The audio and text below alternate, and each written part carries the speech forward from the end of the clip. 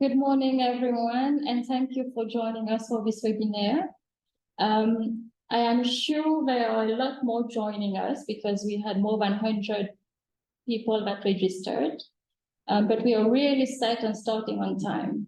So on behalf of Business Océan Indien, I will welcome you to this webinar where we'll be looking at the importance of integrating nature in business strategies. Now, I'm sure, just as me, you're looking forward to the different speakers, but first, I would like to introduce myself. My name is Fabiola Monti.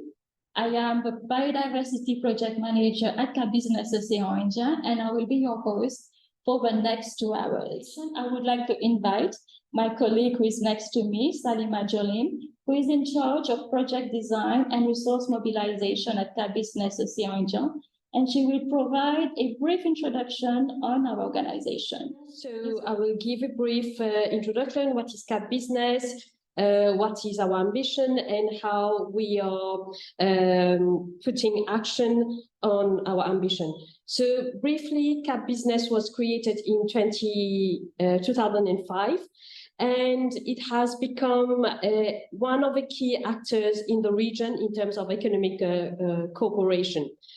The association represents the private sector in 6 different islands in the Indian Ocean, which is Seychelles, Comores, Mayotte, Mauritius, Reunion Island, and Madagascar. Our ambition is to, as an association, is to strive to facilitate regional economic collaboration and at the same time to achieve a just, sustainable, and resilient transition for the territories of the Indian Ocean. We have around 11 professional organizations as members, and that covers around 20,000 companies in the Indian Ocean region. So since 2021, we have identified, maybe the next slide, please.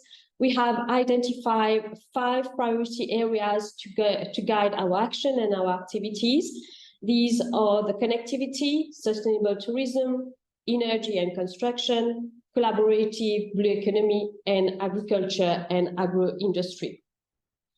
These are independent priority areas, and in order to, we also have 4 markers that are cross-cutting. These markers guide every action undertaken by CAP Business for the implementation of the action plan up to 2026. What I mean is when we are looking at the priority areas of sustainable tourism, we are taking into consideration these 4 markers. That is, we are taking into consideration inclusion, circular economy, biodiversity, and low carbon strategy when we are looking at one or all the 5 priority areas of CAP Business.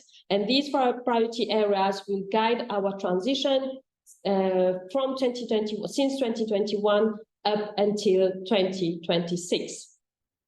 Now, to successfully implement the roadmap, we have identified 3 enablers that will help us guide our action in order to meet our ambition.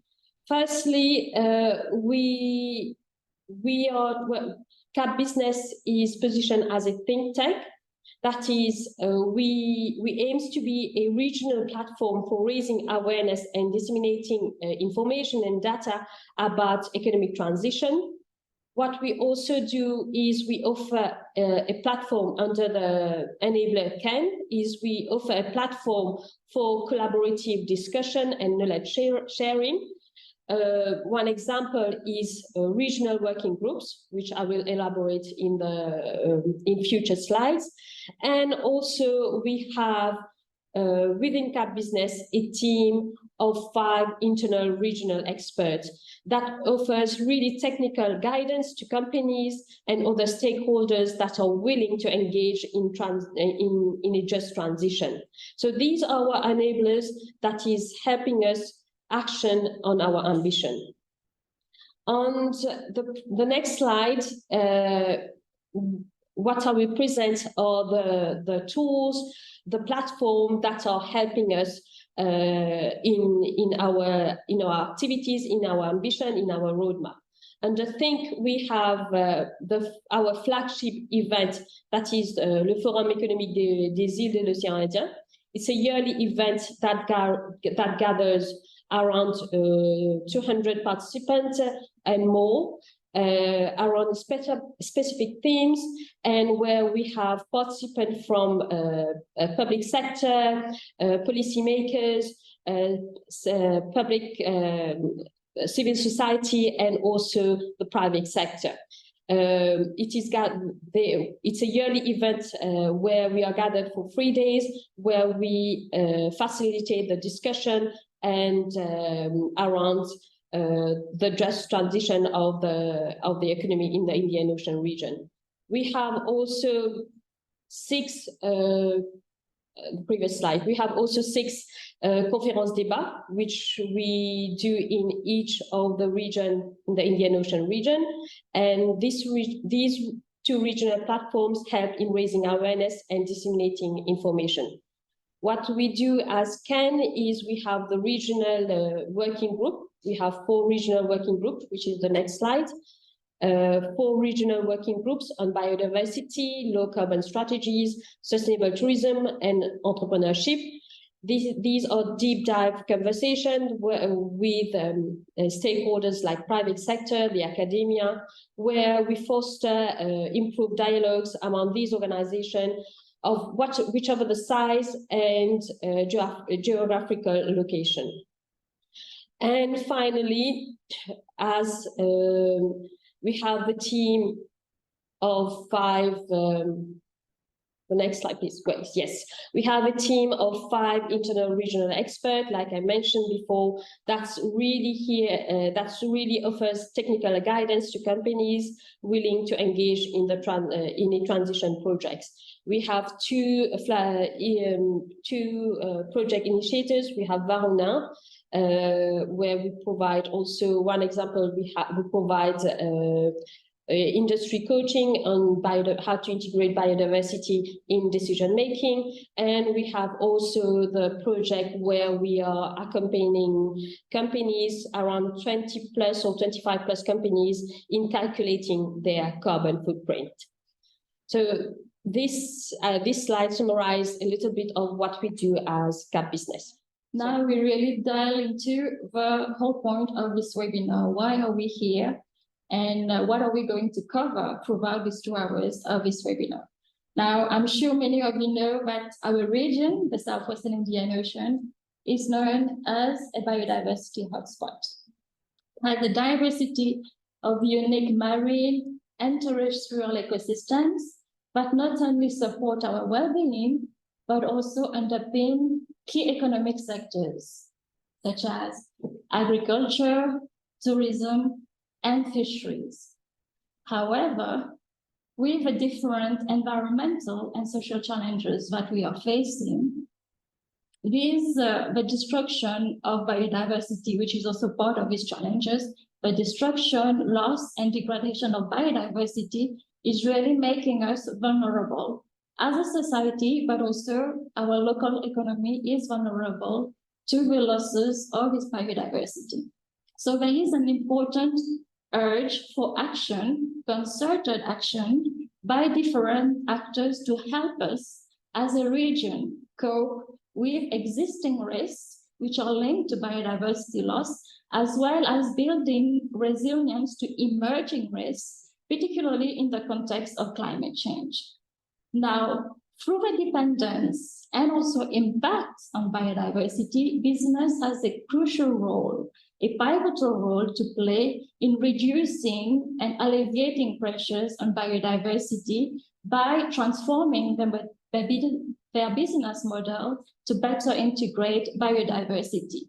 And currently, at the global level, as well as regional level, there are initiatives, there are policy development that are here to really trigger and catalyze this business action to better integrate nature and biodiversity. Now, at the level of CAP Business Océan Indien, as our mandate is to provide services to the private sector in the Southwestern Indian Ocean, we are really positioning ourselves as a key actor to facilitate ecological transition among companies in the region. Now, what does that mean is to help and support companies, particularly through the Varuna Business for Biodiversity project, support companies to value biodiversity and the natural capital so that they can be well integrated in the decision making, so that they are taken into account in the value chain as well as the operational activities. However, as you can guess, this is not a straightforward approach. It is important to increase awareness and allow companies and allow different actors to recognize the value of nature and biodiversity, and also understand what are the approaches that can be used to generate information and inform practices and action to really integrate biodiversity in business strategy as well as decision-making processes, which really bring us to this webinar. This is what it is all about. This is the first webinar for the Business for Biodiversity project, the first but not the last. And we will really dwell through 4 presentations from 4 experts on why it is important to value nature, why it is important to integrate nature in business strategy, and what are the different approaches that are available to help decision makers really take into account nature, ecosystem services, and biodiversity, so that decision making is enhanced and well done. So without further ado, I would like to introduce the very first speaker, Michael Ofosuhene-Wise from Business for Nature Coalition. So he is a Business Action Senior Manager with Business for Nature, where he leads effort to scale and speed up business action on nature. Now, Michael will provide an overview of what has been happening at global level that is really shaping business engagement on nature. And he will also provide insights on the tools and initiatives that can really assemble companies so that they can really take action for nature. So up to you, Michael. Thank you very much. Hello, everyone. Thank you so much, Fabiola, for inviting myself and Business for Nature to share our work with you and to share the context of what is happening within the global nature landscape. I think it's really, really interesting to hear the context of this webinar and to hear you highlight the very imminent risks that nature and biodiversity loss poses to the region, but also on the flip side, recognizing the important opportunities that taking action to protect and preserve biodiversity and nature can bring to the region. I think it's very important to set that context, that on the flip side of the risk lie immense opportunity that can really help the region thrive. And as a result, it's a very important opportunity that you've provided for all of us to learn around how we can take that action. Like you said, my name is Michael Ofosuhene-Wise. I am Senior Business Action Manager for the Business for Nature Coalition. The Business for Nature Coalition is a group of now 85 plus business organizations working together to accelerate both policy action and business action on nature. We were set up in 2019 and have been working with a broad range of stakeholders to do so. Now, I think on nature, and if we go into the next slide, last year, 2022 December was a very important and pivotal moment for nature action. As you can see on the screen, at COP15, the UN CBD, which is the UN Convention on Biological Diversity, COP15, which took place in Montreal, there was a new plan to address the nature crisis by 2030. This is known as the Kunming-Montreal Post-2020 Global Biodiversity Framework, which we'll call for short the GBF. This was an important milestone to set the new course of action for how governments and stakeholders will take action to course correct on what we need to do to achieve a nature positive future or nature positive world by 2050. And this has sent a really strong signal to the business community, particularly around specific actions that they should take. On the next slide, I just wanted to provide a quick architecture of the Global Biodiversity Framework before I go a little deeper into what each of them mean. So you will see the Global Biodiversity Framework has a long-term vision of 2050, where the aim is that by 2050, we want all to be living in harmony with nature. So that's the overarching vision. This vision is supported by 4 goals for 2050, which includes nature conservation, ecosystem service and preservation, access and benefit sharing, which is really important, and finally, financing and the means of implementation. These 4 goals are supported by the shorter mission to halt and reverse biodiversity loss by 2030, which was actually a big win for many of us in the stakeholder communities, because I'm sure many of you have heard the word nature positive being thrown around. The nature positive goal was developed by a group known as the Global Goal Group, which felt that we needed a global North Star, similar to what we have with the net zero 1.5 alignment within the climate space. There was a vacuum within the nature discussions around what we were all working collectively towards, and the concept of nature positive, which essentially is to halt and reverse nature loss by 2030 against the 2020 baseline, was very critical. And it was a very important milestone to have this language also effected within the Global Biodiversity Framework. This 2030 mission, which we're all rallying behind, is supported by 23 targets, which ranges across the 3 themes of reducing threats, implementing and mainstreaming, and of course, sustainable use and benefit sharing. Now, why is this really important for business? If you go on to the next slide, I've just highlighted a few of the key targets within the agreement, which sends that signal for businesses to start now. The first one is the mission, to halt and reverse biodiversity loss by 2030. It now gives us all a global goal for nature to work towards. We have 7 years, well, maybe 6, since we're going into 2024 soon, to work towards achieving this very well-defined objective for businesses to now align their strategies. And we've already seen that happening, that the companies that are working on nature starting to align their strategies with this long-term vision of trying to halt and reverse nature loss by 2030. Within this framework, there was a specific target that acknowledges the role that businesses will have to play to deliver on the objective.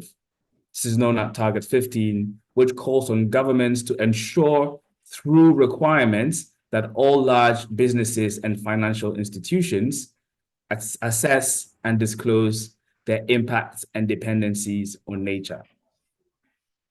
Business for Nature and the entire business community going into the COP came up with the Make It Mandatory campaign, which really called on governments to make it mandatory for businesses to take these critical steps and contribute meaningfully towards a nature positive future. And this was one of the positive signals that businesses will be required to take action to disclose what they are implementing in nature. It also mandates and accelerates harmonization, because following this outcome, we are now seeing calls to make sure that there is standardization and harmonization across different regions on what companies need to assess, what they need to disclose, and the specific actions that they should be taking to be considered as credible and to avoid things like greenwashing. Very importantly, Target 18, which looks at harmful subsidies. There was language around phasing out and reforming environmentally harmful subsidies around the tune of $500 billion per year by 2030. Again, this was one of the more concrete targets, which was measurable and send a signal that the economic incentives for harming the environment are going to change, because governments are now expected to reform and redirect environmentally harmful subsidies. So these were the top three that I wanted to elevate. Of course, there were many other signals around pollution, agriculture, access and benefit sharing, sustainable consumption, and finance, which collectively sends the signal that this is the time for action, that businesses will need to change the way that we're working now because of this new global agreement. On the next slide, I will just highlight a few, the next steps and the implications for business and finance. As I mentioned, governments are now requiring businesses to assess and disclose their impacts on nature through operations, supply chains, and their portfolios. What that means is that large businesses will be required to not only monitor, assess, and disclose, but it requires compliance along operations and value chains. So it's not only within their businesses, especially the large companies are expected to work with smaller companies within their value chains to help them transition. The second action is also then to start providing sustainability-related information to consumers. The companies are expected, or they can expect stronger regulations to disclose information on the nature impact of their businesses to the consumers. And we hope that this will also be a catalyst that influences sustainable consumption. And then finally, reporting on compliance with access and benefit sharing measure, which is one of the key activities or one of the key benefits of this target, particularly for a region like yours, as you mentioned, Fabiola, at the beginning, one of 36 biodiversity hotspots, which gets exported, extracted. I think it'll be important as governments require compliance with access and benefit sharing, so that especially some of those social challenges of biodiversity extraction and depletion can be addressed. All of this potentially leading to a halting of negative impacts and increasing of positive impacts on nature. If we go on to the next slide, please. So what's next? Turning all of this into action. And I really wanted to just highlight one of the key messages coming out of COP15 from then the CEO of Unilever, Alan Jobe, who mentioned that the message to the private sector is clear, because businesses around the world and from all sectors will now need to take large-scale action to work on halting and reversing nature loss by 2030. So the message is clear. And we've seen already that different governments are building on existing regulations within the EU and the French government, EU CSRD, which is the Corporate Sustainability Reporting Directive. There was some very important discussions this year on EU restoration law. All of this being influenced directly by the impact of the Global Biodiversity Framework. Within business, we've seen a plethora of existing frameworks for businesses to help them take these actions. And as you can see on the screen here, I started listing a few important ones, such as the Science-Based Targets Network, SBTN, which helps companies to set targets on nature, the Natural Capital Protocol, which helps companies to assess and value nature within their businesses, the Task Force on Nature-Related Financial Disclosure, TNFD, which will become more and more popular around these circles, launched this year in September. It's helping companies assess their financial risks, opportunities on nature, and also helping them with the disclosure. So there's a plethora of tools that are available. And of course, Business for Nature and working with our colleagues are helping to accelerate the standardization of nature-related frameworks and making sure that companies all over the world understand the steps that they need to take and what will be required of them so that there's consistency of action happening all over the world. So with the next few minutes, I just wanted to transition in towards how organizations like Business for Nature are working with companies to start taking concrete action now. So earlier this year in September, together with the World Economic Forum and the World Business Council for Sustainable Development, we developed sector overviews for 12 key or high impact sectors. This work, of course, was put together by inputs from the NGO community, businesses in all of these sectors. And the idea was we wanted to make sure that for companies within these sectors who were struggling with the assessment of their impact and dependencies, they could identify priority actions that they can take now, no regret actions that they can take now to contribute meaningfully to a nature positive future. So as you can see, here are the overview of those 12 sectors ranging from agri-food, built environment, all the way through to waste management, water utility services. What we did was provide 12 overviews, which include the impacts of these sectors, the dependencies of these sectors on nature, and most importantly, what are the top 5 actions that all the companies within these sectors can take now to contribute towards a nature positive future. Some of these reports are backed by much longer reports that were developed by both the WBCSD and the World Economic Forum, and I will share a link in the chat after the presentation so that you can review, share with your constituencies, and for companies that are on this call, it'll be important if you find yourselves in one of these sectors to just have a look and identify within your businesses, what are those specific actions that I can take to contribute now.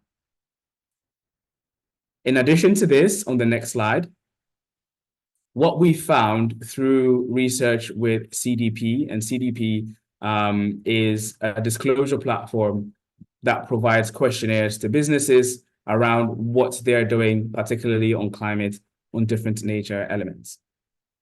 And what we found out this year was that out of around the 24,000 companies that are disclosing to CDP, about 95%, particularly of financial institutions, say that climate has influenced their strategy in one way or the other. But only 30% have said that nature and biodiversity influenced their strategy. And this was a clear disparity that you can see that action on nature lags behind climate, while biodiversity serves as the fundamental underpinning of our economy.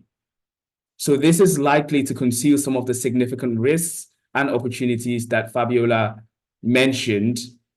And it was important for us to make sure that for businesses that are working in this space, we were able to elevate the nature conversations up into the strategy conversations, particularly at the C-suite and the decision-making level.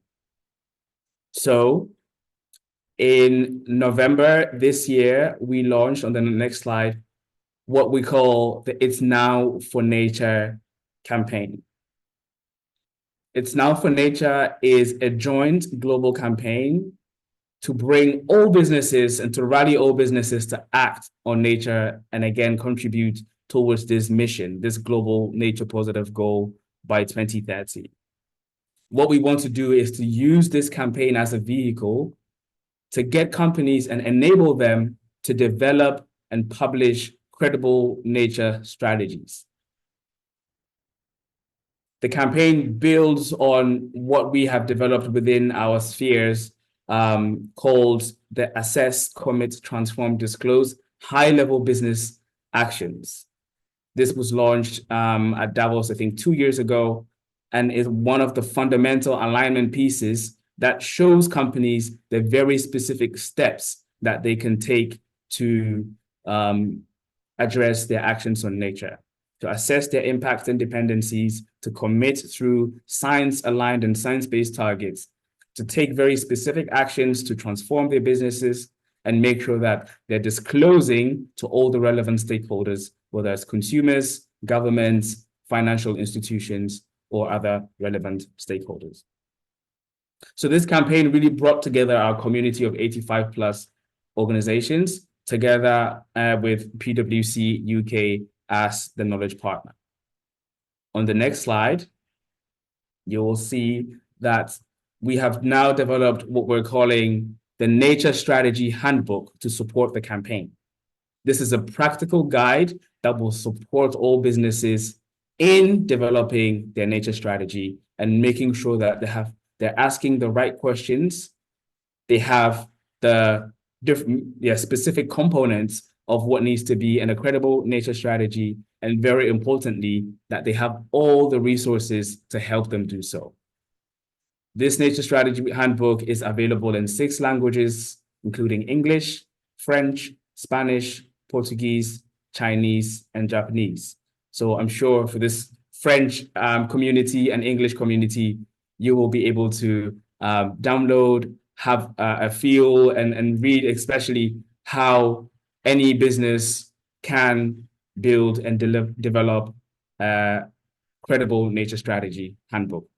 As you can see, the handbook draws on previous frameworks and work from many institutions within this within this space, particularly the World Business Council, the Capitals Coalition, CDP, TNFD, CSRD, Nature Action 100. So we make sure that if any company is using this handbook, they are essentially aligning with all of these different frameworks, tools, and resources.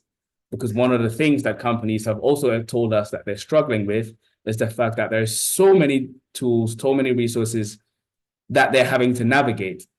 So we've tried as much as we can to make sure that this handbook aligns with many of them. And if you're able to use the handbook to develop a nature strategy, you can go in with a certain degree of confidence that you are pretty much aligned with majority of what will be asked from you, whether it's through TNFD, SBTN, or many other frameworks. On the next slide, I just wanted to flag. So as I mentioned, the campaign focuses on getting businesses to publish board or C-suite approved nature strategies by COP16, which will take place next year as a first milestone. This campaign is a long-term campaign, very much aligned to the mission of the Global Biodiversity Framework. So we're working towards 2030, but we'll use COP16 as a first milestone and make sure that we're growing the number of companies that are developing nature strategies up until 2030. And we know that it's not going to be easy, so it's going to be a phased approach. We're asking companies to, of course, start now by developing and publishing their strategies, and then we'll work with them to deliver on those strategies by taking concrete action and, of course, iterate, update, and refine their nature strategies in line with the latest science-based approaches and evolving best practices. So we're calling on all businesses to submit their nature strategies to be listed as part of the campaign. On the next slide, I'll just quickly tell you how. For companies that already have a nature strategy, that want to test it, that want to share it with us, to join the campaign, you can submit your strategy on the Now for Nature website. Thank you very much. I saw somebody's putting the link in the chat. Please go on this website. You will be able to download the Nature Strategy Handbook to use it to develop or refine your strategy. And feel free, once you have a strategy, to submit it to be a part of the campaign and add your company voice to this groundswell, this momentum that is growing for companies to develop their nature strategy.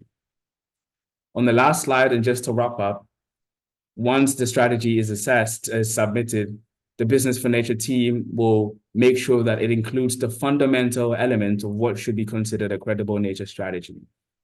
This includes making sure that the strategy is based on a materiality assessment, which identifies the impact, dependencies, risks, and opportunities. That is also based on smart targets aligned with material impacts.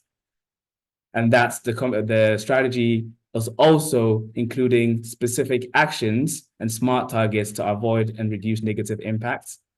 And very importantly, that this is approved at the board or C-suite level, because we need this to be a strategic decision by the company, and that the board or the C-suite has responsibility for its delivery to give it some credibility that action is actually going to happen.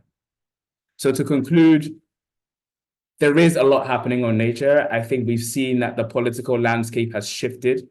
Last year was a very important inflection point. And we've seen that the ecosystem is shifting to align. Businesses are getting ready. Organizations are also developing the tools and the resources. And I think this is the perfect moment where our collective will to act can come together with all the resources that are available to help us achieve what is required to keep the world within safe operating spaces, to help us halt and reverse the negative impact that we've had on nature, on biodiversity, and to give nature space to recover and to grow. So for the companies here, please, the plea is don't let later become never. Start your nature action now. Thank you very much.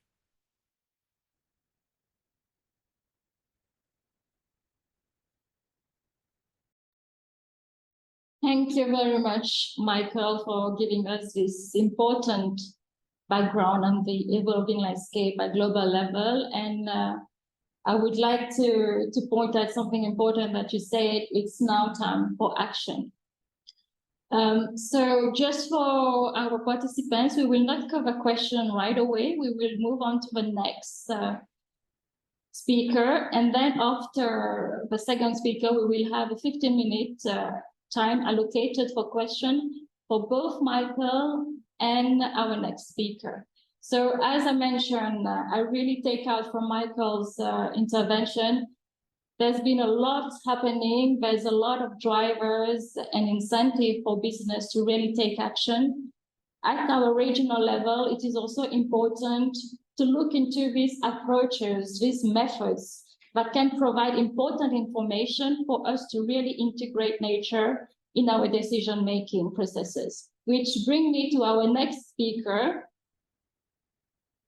who is an ecosystem accounting consultant, and he will share his expertise on ecosystem accounting and show us how this is done and what type of information is generated when you do an ecosystem accounting and how it can be used as a decision-making tool. Now, for our participant, Tony will be doing his presentation in French. So please, if you need to change channel, please go ahead. Thank you, Tony, please. The floor is yours. Bonjour à tous. C'est un honneur pour moi d'être parmi vous aujourd'hui pour partager un peu mes quelques expériences concernant cette comptabilité écosystémique du capital naturel. Alors, juste une question avant de vraiment commencer. Est-ce que moi, je pourrais partager mon écran pour que je puisse faire ma présentation? Ce serait mieux si je partage de mon côté. Si tu peux juste me dire quand tu veux changer de slide. D'accord. OK. Bah, pas de souci, hein, pas de souci. Donc, alors, tout d'abord, permettez-moi de me présenter. Je me nomme Ramihangihajason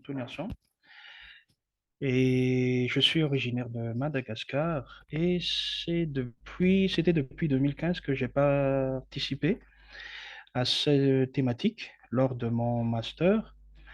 Et c'est là qu'est né cet aspect de comment optimiser la gestion de l'environnement en utilisant les comptes écosystémiques. Et c'est sur ça que j'ai établi ma thèse, qui est encore en cours de finition. Mais aujourd'hui, je vais vous parler de ce qu'il faut connaître et de démystifier un peu ce thématique. Prochain slide, s'il vous plaît.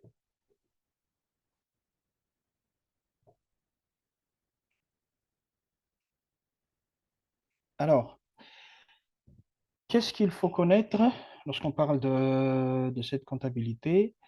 Quels sont les différents concepts à savoir aussi, hein?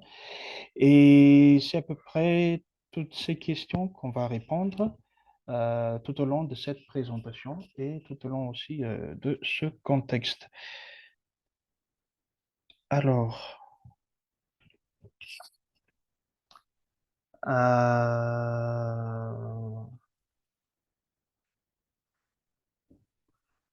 là, merci. Là, c'est bon, c'est bon, c'est bon, c'est bon. Alors, tout d'abord, le concept de compte écosystémique ne date pas d'hier. C'est un concept qui a vu le jour, je dirais, même pas vraiment officiellement, mais quand même. C'est lors de la première conférence sur l'environnement à Stockholm en 1972 que l'environnement était une question majeure, c'est-à-dire que il faut introduire dans les actions et les décisions politiques tout ce qui rattache à l'environnement, c'est-à-dire qu'il faut donner une valeur non négligeable à notre environnement. Et cet aspect a été reprise lors de la conférence de Rio en 1992, conférence où on a identifié que les éléments critiques du changement, en révélant que le succès dans un secteur nécessite une action dans les autres secteurs pour survivre dans le temps. Ainsi est né ce qu'on appelle l'action 21 ou Agenda 21 en anglais. Et on peut simplement dire que c'est un vaste programme d'action appelant de nouvelles stratégies d'investissement dans le futur pour atteindre un développement durable global au XXIe siècle. Et ces recommandations font des nouvelles méthodes d'éducation, aux nouvelles façons de préserver les ressources naturelles et aux nouveaux moyens de participer à une économie durable. Et c'est de là qu'est né le premier ouvrage de standardisation des comptes environnementaux, qui est sorti en 1993 quand même, et revisité en 2003, parce qu'à l'époque, il n'y avait pas encore une proposition de modèle comptable. Mais c'est en 2008 qu'un cadre statistique qui a fourni une série de comptes macroéconomiques à des fins de prise de décision qui a été proposé. Et depuis lors, il y a aussi une autre conférence très importante en 2010, la conférence où est sorti les plans stratégiques d'Aichi, proposés par la Convention de diversité biologique. En 2012, le système de comptabilité économique et environnementale a sorti, il y a deux ouvrages qui sont sortis en 2012. Le premier, c'est SEA cadre central et le second, c'est SEA écosystème, compte écosystémique expérimental. Et en 2014, la CDB, pour répondre au plan stratégique d'Aichi et pour mettre en œuvre aussi le SEA-EA, a proposé une approche qui s'appelle la comptabilité écosystémique du capital naturel. Et finalement, c'est en 2021 que les Nations Unies ont reconnu que le SEA-EA est une norme internationale concernant les comptes écosystémiques. Alors, prochain slide, s'il vous plaît. Voilà, concept de base. Une comptabilité écosystémique, c'est quoi? À quoi ça sert? Alors, tout d'abord, la comptabilité écosystémique agrège et résume l'état des écosystèmes, c'est-à-dire que il fournit la capacité totale de l'écosystème à fournir des services écosystémiques pour, pour orienter les prises de décision, les prises de décision. Le format comptable facilite l'intégration des variables clés dans les prises de décision. Alors, prochain slide, s'il vous plaît. Donc, voici le mécanisme général qu'il faut connaître lorsqu'on parle de compte écosystémique. Alors, tout d'abord, les comptes écosystémiques, c'est une analyse diachronique de l'évolution des écosystèmes, d'où l'importance de mettre la date T1 et la date T2. T1 qui va correspondre à l'ouverture des comptes et T2 va correspondre à la fermeture des comptes. Alors, qu'est-ce qu'on doit faire? On va calculer les stocks en T1, calculer aussi les stocks en T2. Entre-temps, on évalue aussi les différents flux, que ce soit des gains ou des pertes. Dans notre cas ici, j'ai pris un exemple de la forêt, hein. Donc, en tant que perte, il y a la déforestation et en tant que gain, il y a la réforestation.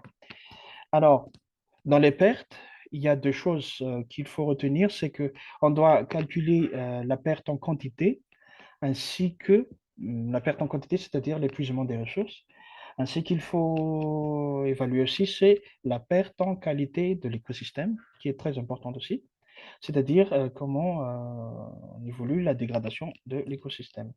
Donc, la question qui se pose, c'est que, est-ce que les gains compensent les pertes? Et une autre question aussi, c'est que, excusez-moi, est-ce que la qualité du stock est maintenue? Et à partir de ces deux réponses, on obtient, deux questions, pardon, on va obtenir ce qu'on appelle par la valeur écologique du capital naturel. Ce concept, je vais le développer un peu plus tard dans ma présentation. Mais avant cela, il y a quelque chose dont je voudrais vous parler. Alors, prochain slide, s'il vous plaît. Merci. Donc, ce qu'il faut retenir, c'est que on ne peut pas valoriser monétairement tous les actifs connus. Mais par contre, il faut maintenir l'état de ces actifs. Et ce maintien a besoin de financement ou de l'argent. Donc là, je prends un exemple du Palais Royal à Madagascar.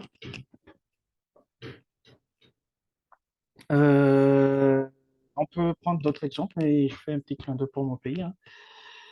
Du coup, alors, ce qu'on peut dire, c'est que le Palais Royal va générer des sources de revenus à partir des services culturels, c'est-à-dire qu'on peut comptabiliser le billet d'entrée, hein. Mais cela ne représente pas la valeur totale de cet actif. Et par contre, comme je vous ai dit tout à l'heure, la restauration et le maintien en état de ce site a besoin de financement. Du coup, il est important de noter cette chose que il y a une autre approche, c'est-à-dire que on ne peut pas simplement se contenter de monétiser les différents services, mais il faut savoir les coûts de compensation. D'où la notion suivante. Prochain slide, s'il vous plaît. Voilà. Les deux notions, la notion de soutenabilité économique et la notion de soutenabilité écologique. Alors, une petite définition s'impose quand même. La soutenabilité économique ou soutenabilité faible, c'est qu'on peut faire, les capitaux sont substituables entre eux. Par contre, dans la soutenabilité écologique, c'est que pas de substituabilité, mais il faut prendre cette notion de capital naturel critique nécessaire au maintien de l'ensemble du système. Et c'est ça qui est important dans notre cas, d'où la nécessité d'introduire la notion de tout à l'heure que j'ai dite, c'est la valeur écologique. C'est c'est la résilience de l'écosystème pour qu'on pour qu'on puisse mettre en œuvre le développement durable. Alors, prochain slide, s'il vous plaît. Voilà. Quelques comparaisons quand même. Dans la soutenabilité faible ou soutenabilité économique, ce qu'on appelle par dégradation, c'est la perte de valeur monétaire des écosystèmes. Tandis que la soutenabilité écologique, la soutenabilité forte, la dégradation se définit par la dégradation de la qualité, de la quantité des ressources naturelles. Un autre point aussi très important pour comparer les deux, c'est que la valorisation monétaire dans la soutenabilité faible représente les bénéfices et les actifs, on fait des bénéfices et les actifs écosystémiques, tandis que dans la soutenabilité écologique, on évalue simplement, pas simplement, on évalue les coûts de restauration ou de compensation non payés et l'amortissement de la dégradation. Prochain slide, s'il vous plaît. Voilà. Donc, voici les quelques points aussi importants encore dans la comparaison des deux approches. C'est que je vais parler directement du second point. C'est que ce qui est important dans la durabilité forte, c'est cet aspect de valeur écologique mesuré par des unités composites conventionnelles. Et aussi, ce qui est important, c'est que dans la durabilité faible, on ne fait pas attention aux coûts considérés seulement comme des pertes d'utilité. Donc, je vais continuer. Prochain slide. Donc, maintenant, je vais introduire ce qu'est vraiment la comptabilité écosystémique du capital naturel. Prochain slide. Alors, pourquoi j'ai développé les deux concepts de tout à l'heure? C'est que il y a une différence entre la comptabilité écosystémique du capital naturel, cette approche, et l'approche proposée par le SEA.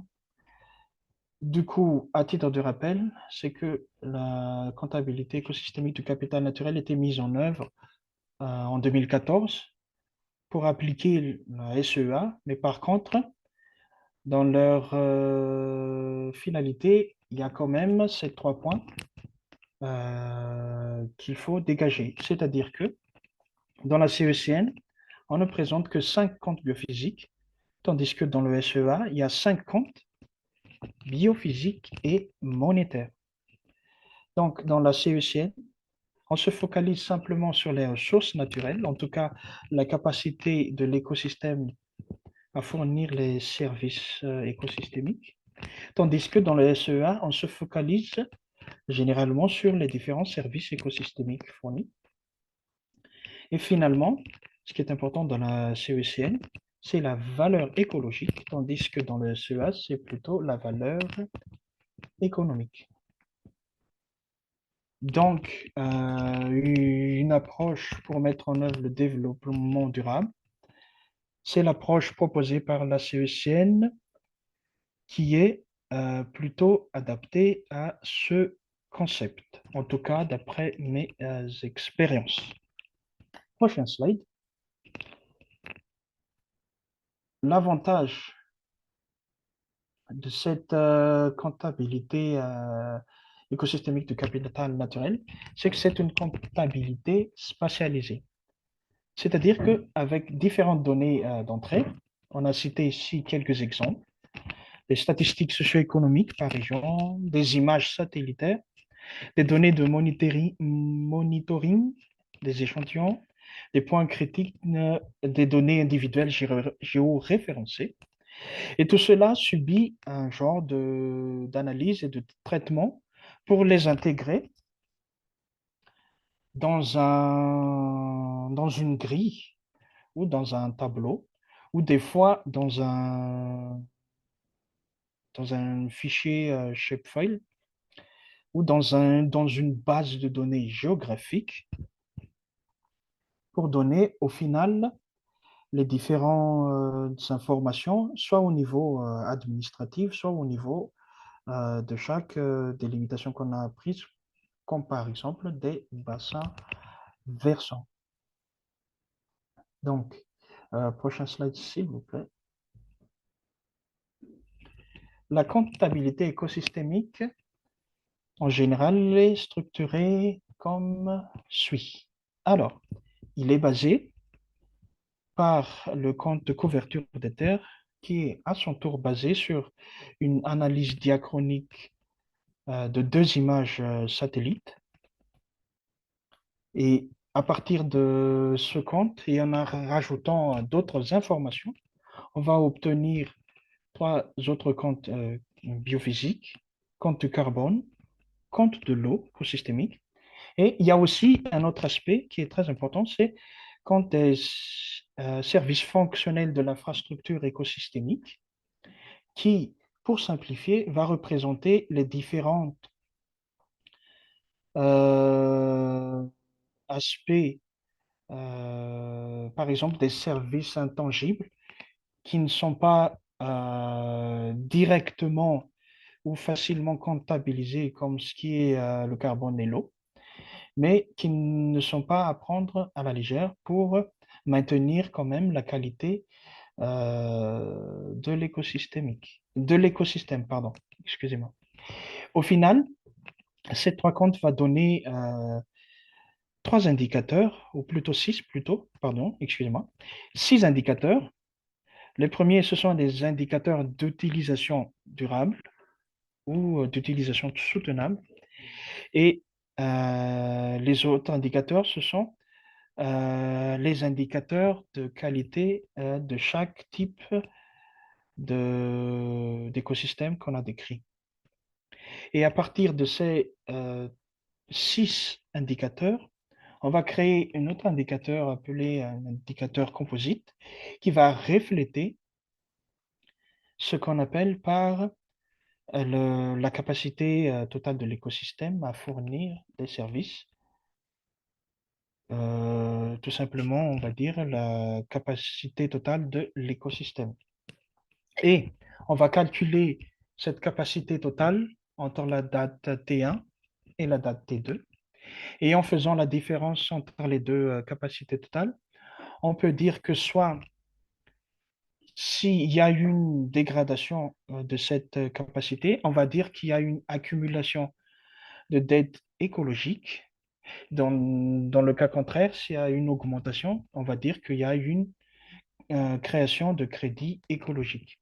Et c'est cette notion qui est importante parce que monétairement, on peut, je dirais pas facilement, mais on peut commencer par attribuer des valeurs monétaires sur ces dettes écologiques qu'il faut compenser pour avoir une stabilité dans l'utilisation des écosystèmes.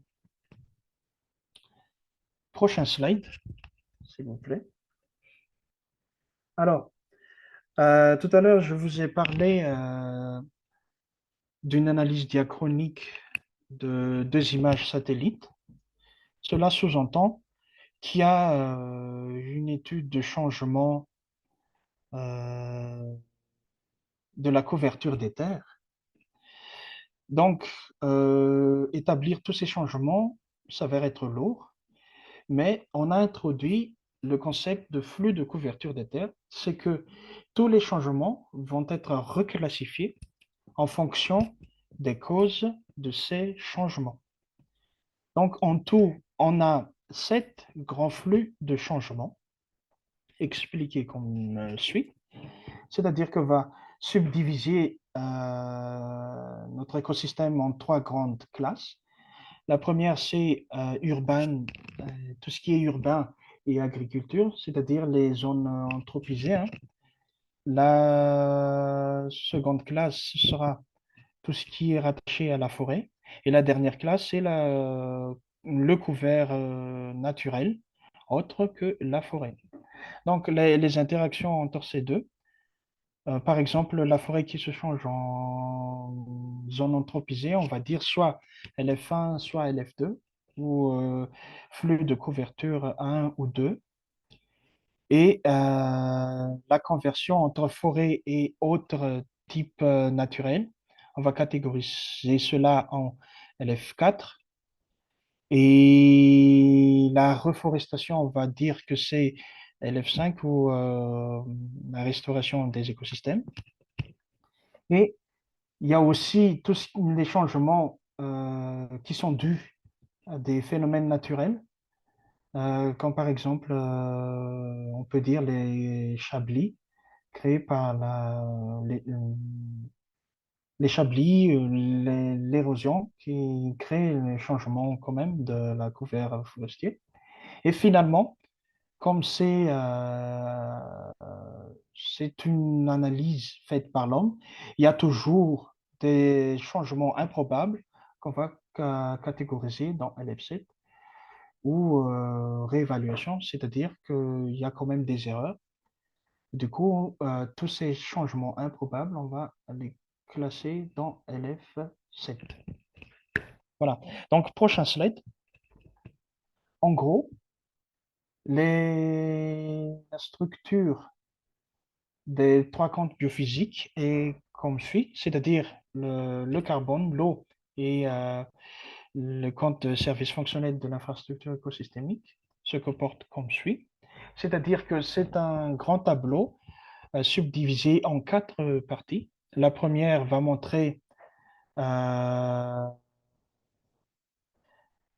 tout ce qui est stock et flux entre les années T1, les années T1 et aussi les années T2. La deuxième partie va montrer les différentes ressources accessibles, c'est-à-dire que ce n'est pas toutes les ressources qu'on a, en tout cas les gains, ce n'est pas tous ces gains qu'il faut utiliser, mais il y a quand même des ressources accessibles qu'on peut utiliser pour maintenir toujours dans cet aspect de maintenir le développement durable, hein.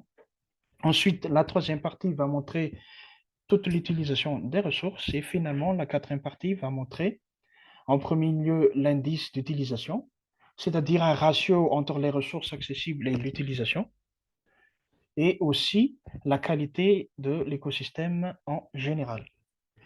Donc, prochain slide, s'il vous plaît. Donc, voici quelques détails pour le carbone. Donc, pour ne pas m'attarder, je vais sauter les trois prochains slides à partir d'ici. Prochain slide, s'il vous plaît. Et finalement, prochain slide encore, pour pouvoir parler de les différentes informations à retenir concernant ces comptes biophysiques. Prochain slide.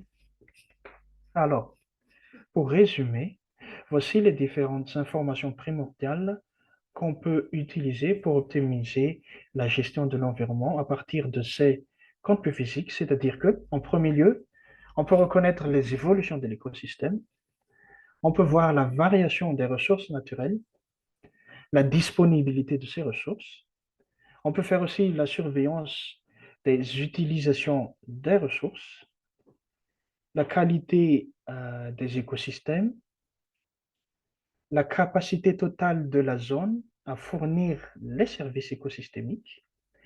Et finalement, parce que, comme j'ai dit tout à l'heure, c'est un compte spatialisé, c'est-à-dire qu'on peut localiser les différentes zones d'intervention prioritaires. Prochain slide, pour présenter un cas concret, un résultat d'un cas concret qu'on a effectué. Alors, c'est le résultat du projet Ecosio sur le plateau de Guyane, Amérique latine. Donc, c'est un projet auquel j'ai participé en 2020. Donc, là, on a effectué les comptes entre 2000 et 2015 de cette partie de l'Amérique latine constituée de la Guyane, Suriname, la Guyane française et une partie de l'Amapá, une région du Brésil. Alors, que montrent ces trois cartes? Cette trois cartes montrent ce qu'on appelle par la capacité totale de l'écosystème à fournir des services écosystémiques. C'est-à-dire que c'est les résultats finaux entre l'année 2000 et 2015 de ce que j'ai dit tout à l'heure. Alors, la dernière carte, tout à droite, va représenter le changement entre ces deux capacités. C'est-à-dire que dans la carte de changement, tout ce que vous voyez coloré soit en jaune, soit en rouge, ce sont des zones où il y a eu une accumulation de, excusez-moi, de dettes écologiques. Et cela est lié principalement à l'orpaillage effectué soit illicitement, soit officiellement dans ces zones. Tandis que tout ce qui est les zones colorées en vert, ce sont des zones où il y a une création, même minime, de crédit écologique. Et les autres zones, on va dire neutres, vert, mais vert un peu clair, ce sont des zones où l'écosystème est stable entre 2000 et 2015. Prochain slide. Donc, pour approfondir un peu le sujet, voici quelques ouvrages que je vous incite à voir, les différentes références. Et sur ce, je termine ma présentation. Je vous remercie. Et pour d'éventuelles questions, je serai disponible à vous répondre. Merci beaucoup. Merci beaucoup, Tony, pour cette présentation, introduction sur ce que c'est que la comptabilité du capital naturel et particulièrement cette comparaison entre les deux méthodes CIE et je crois qu'il est aussi appelé en anglais. Maintenant, je vais shifter vers l'anglais à nouveau. We will have around 10 minutes because we are about 10 minutes late. We will allocate 10 minutes for questions for both Michael and Tony. So I've seen there's some question in the chat, but before moving to the chat, is there anyone that wants to directly ask a question? Just raise up your hand and you can ask your question directly. Just state who you will ask your question to. And for Michael, please ask the question in English, please.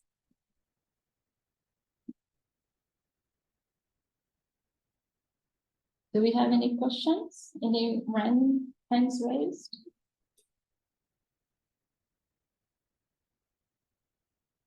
No hands raised? Yeah. Yes, go.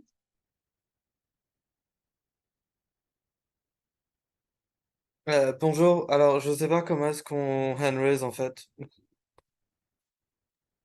J'avais une question au sujet du modèle de comptabilité écosystémique. Donc j'ai posté dans le chat. Je comprends bien l'implication sur des entreprises qui font de la production directe. Ma question c'est comment ça s'applique pour des entreprises plus de services ou des entreprises qui sont dans les retail, dans la distribution par exemple. Donc, je laisserai la parole à Tony. Tony, vous avez entendu la question? Oui, mais alors, pour répondre à cette question, je vous remercie, hein, c'est une très belle question, c'est que cet aspect-là est encore en cours On est encore en cours pour vraiment répondre parce que il a bien soulevé que on est encore assez limité. Du coup, je suis sûr que la prochaine présentation va répondre en partie à cette question, mais dans mon expérience et dans ce que moi je connais, j'ai pas de réponse concrète vis-à-vis de cela, mais je suis sûr que la présentation de Xavier va répondre en une partie hein, à cette question. Je suis désolé, mais je ne pourrais pas apporter plus d'éclairage là-dessus. Ok, d'accord. Ben, au moins, ça aide à situer. Merci. Si je me peux me permettre d'intervenir, c'était bien Kevin qui a posé la question, c'est ça? Donc, juste pour intervenir là-dessus, au niveau de la comptabilité du capital naturel, surtout celui présenté par Tony, où on évalue ce qui est présent, leur état et aussi les services écosystémiques, ça nous aide aussi à comprendre comment est-ce que ces services écosystémiques vont évoluer et quels sont les risques aussi associés à la perte et les opportunités associées à la préservation de cette capital naturel et les services écosystémiques associés. Donc, du coup, au niveau, par exemple, du secteur financier, ça peut être utile de savoir comment est-ce que la perte de la biodiversité, l'apport de ce capital naturel qui soutient différents secteurs économiques qui sont soutenus par le secteur financier peuvent être affectés et ça peut aussi influencer le financement de certaines entreprises dépendant des risques à laquelle ils risquent de faire face quand il y a une perte de biodiversité, surtout si ces entreprises qui sont leurs clients sont très dépendantes de la biodiversité. Donc là, c'est juste un petit exemple concret sur comment est-ce que la comptabilité du capital naturel peut vraiment aller au-delà du secteur production et c'est en fait très important au niveau du secteur financier pour essayer de guider leur action, comment est-ce que c'est quels clients qui vont soutenir et prendre en compte les risques associés aux opérations de différents types d'entreprises. Donc, c'est une approche similaire à considérer en gros la vulnérabilité à de la catastrophe naturelle. Exactement. Ok. Merci. Est-ce qu'il y a d'autres questions? Vous pouvez lever la main. Je vois dans le chat que Catherine a une question pour Michael. Allez-y, Catherine, vous Thank pouvez. you. Merci. Donc, Catherine Perchat de Yes Consulting. Je voulais savoir, effectivement, de Michael, maybe I speak English, because you presented in English as well. What are the possibilities of the global biodiversity framework to actually influence decisions for government regulations? Because if we have corporates who are interested in going that way, that they really adjust to biodiversity regulations framework, the government actually is a regulation body on the national level. So they need actually to work hand in hand, and they need to know and to really know very well about the framework and then have grips on what's gone on the ground. What are the private businesses doing on the ground? And especially for Seychelles, so there might be some regulations in place, but the assessment really of biodiversity loss, very concretely for construction, hotel construction, huge projects, these assessments, are they really, I mean, who's controlling in the end, and all the way from the starting to the end of the construction? And is there anybody which is above government who could actually have a look on this, because biodiversity touches the whole world, the biodiversity loss? Thank you.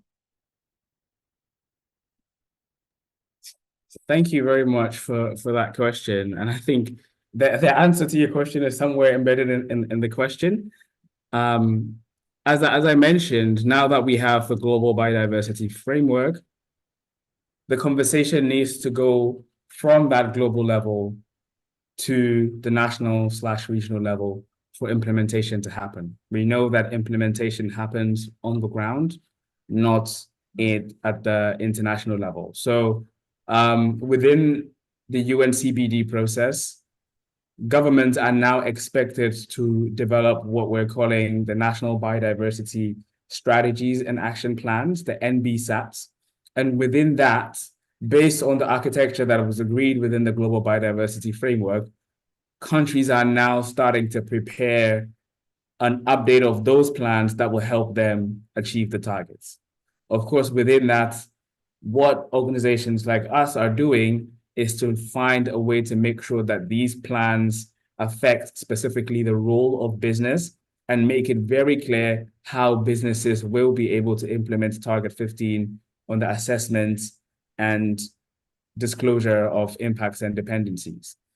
As Business for Nature, we are working through a Global Environment Facility, a GEF-funded project, to work with some specific governments to make sure that they're including businesses, particularly when it comes to Target 15 on the assessment and the disclosure, including countries like Colombia, I think Malaysia, and South Africa.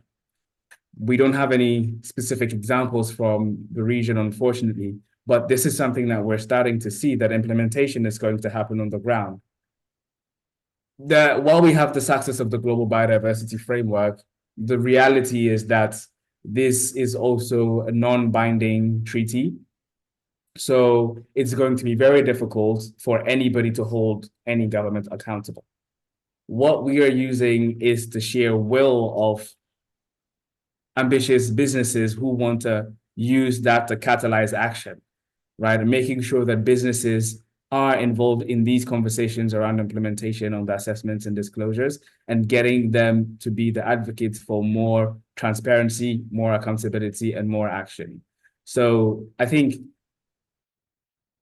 the answer to your question is that there is nobody outside of or above the governments or the UNCBD that will be holding companies and governments accountable.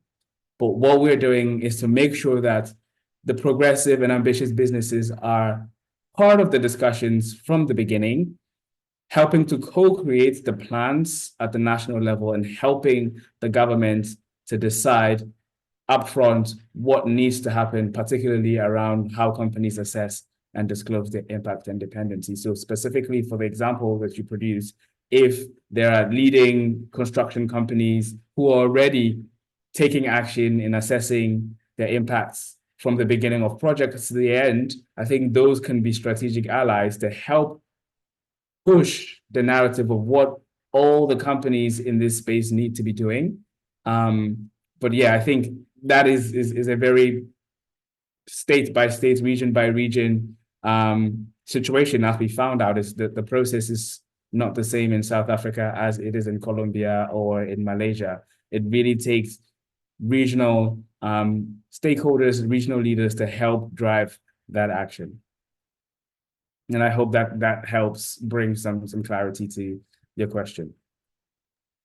Thank you very much, Michael. And I clearly see the gap, as biodiversity is really key for the world community, and make it upon governments who are willing, less or more, shouldn't be an option in 2023-24 anymore. But thank you very much.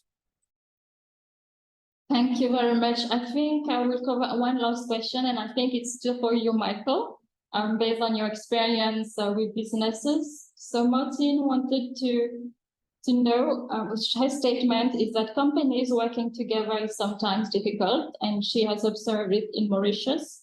From your experience, how can you really bring companies to work together, particularly on the topic of nature integration?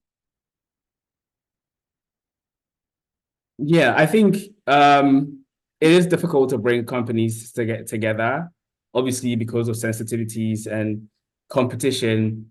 But I think what we try to do is to find companies that are united behind the common cause, which in this case, wanting to meaningfully contribute to the GBF.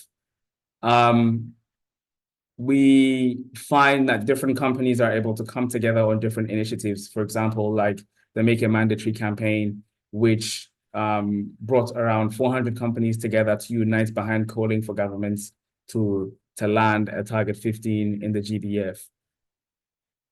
It's not easy.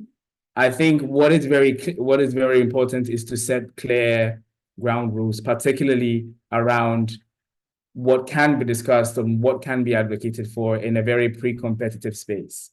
I think defining and making it clear to the different stakeholders within these groups what the objectives are, what the outcomes are expected, and how you are going to advocate using very clear terms of references makes it a tad bit easy or easier for companies to engage. But again, I think it's more of an art than a science to be able to manage these very difficult stakeholders.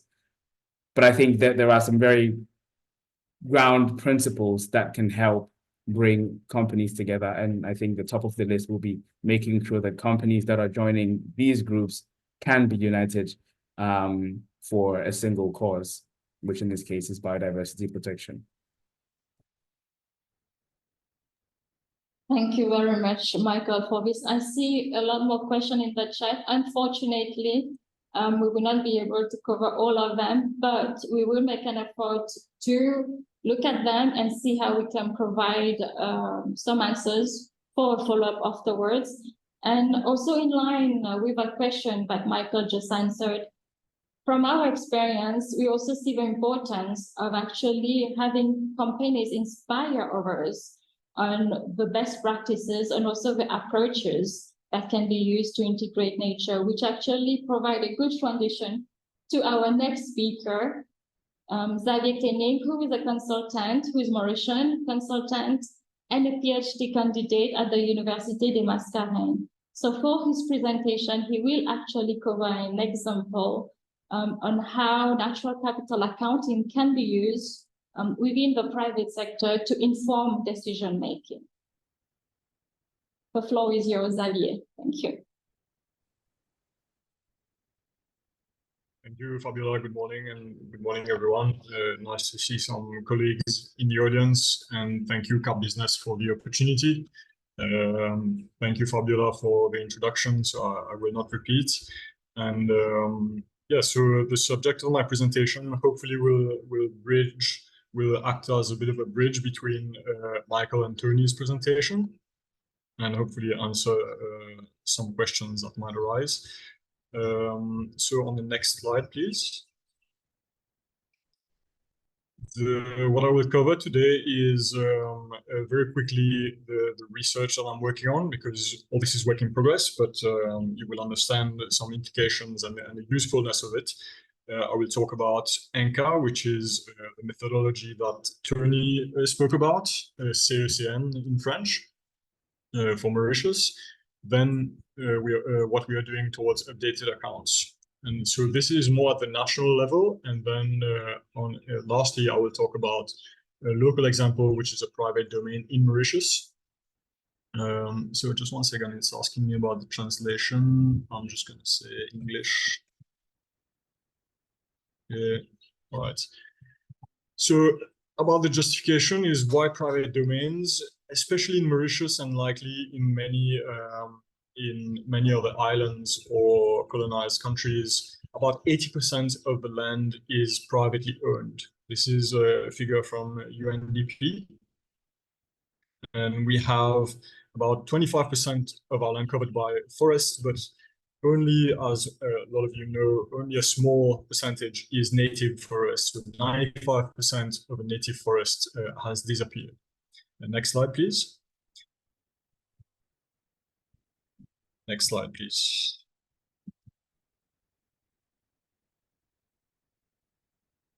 Thank you. Great. So why does this matter? Well, we spoke about the GBF, the Global Biodiversity Framework, but even in the previous slide, please, in the SDGs, SDG 15, perhaps not everyone is familiar with the targets that are under the different goals, because we have sustainable development goals, but targets. And in the SDG 15, there is a target about land degradation neutrality, where by 2030, we should be striving to achieve a land degradation neutral world. So that means preserving or enhancing the natural capital. So land degradation neutrality is actually used as a bit of a proxy for natural capital, and I will come back to this point. Now, on the next slide, in the GBF, Michael spoke about target 15 in the next slide, please, where there is target 15, but there is also this target 14, where the full integration of biodiversity should be made into policies, into national accounting, and across all sectors. So that goes also hand in hand as the previous target to the target 15, which is specifically about the private sector. So this is why we are talking about biodiversity for the private sector. We talk about SDGs quite often, but we need to know about these targets. Next slide, please. Seems to be a little delay perhaps on my side. So here on the subject that I'm researching, there are the assumptions which we believe are well-founded assumptions, is that landowners, because there's so much of the land is private, they have decision power over what they do on their lands, although they are regulated. Obviously, they can't do just whatever they want, but they have, because of this, the ability to influence greatly what is done to the land and therefore to ecosystems. Because living ecosystems are obviously on land. There is lagoon, but our human activities is mostly on land directly. Then the landowners, they need financial and non-financial indicators to guide their land use decision, and justification or incentive to invest in improving their natural capital. So here in Mauritius, we have a lot of real estate development. So why not going into other perhaps more nature-based or nature positive developments? So there needs to be a justification. And next slide, please. I will come back to that. Great. So here we are taking, for my research, we are going to take at least one case study, which is the Ofosuhene estate, which is part of CL Group. It's over 3,000 hectares. Half of it is covered by forests. There are 2 rivers, so it's two valleys actually, so 2 watersheds. So there are these ecosystem services of preventing erosion, capturing carbon in the forest, water provision because of these 2 rivers going into the lagoon, and there are nearby communities and all that. So the natural capital here is not just looking from the perspective of the private landowner, but also the perspective of the communities that are nearby. Because these the ecosystem services, they cross the boundaries. Obviously, these are not walls. There are boundaries of a private estate, but the ecosystems function regardless of these boundaries. Next slide, please. So the research question, the overarching research questions is how can ecosystem accounting at the scale of private domains inform landowners and public authorities towards ecosystem restoration? This is the overarching question, which is subdivided into 4 sub-questions on the next slide, where the first one is about understanding the legal framework, is about understanding how Mauritius and its institutions address natural capital in the country's development process. So this part of the research is almost completed. There is a paper currently in peer review. So that's perhaps another topic. Then for our purposes here, the second point is in biophysical terms. What does this natural capital and ecosystem services of the Ofosuhene estate, what does it represent for Mauritius as a whole? So that implies knowing the natural capital and ecosystems services of Mauritius. Then we want to understand what that represents in monetary terms. And again, we'll come back on this. And finally, ultimately, I hope not a too far future, we'll be able to determine in financial and socioeconomic terms, what are the development strategies that can perhaps compete with traditional development models that we're seeing around us today. Next slide, please. So for a bit of context, I won't be long on this because it's being covered already, but in the Aichi target number 2, the Aichi target is the global biodiversity framework before 2020, so the 2010-2020 decade.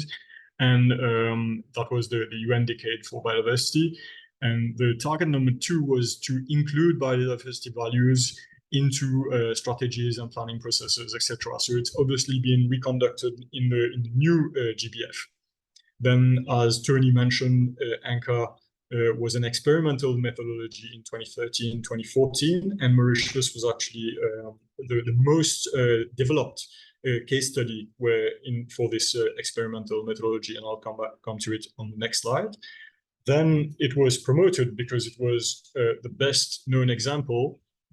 It was promoted by a technical series of the Convention on Biological Diversity.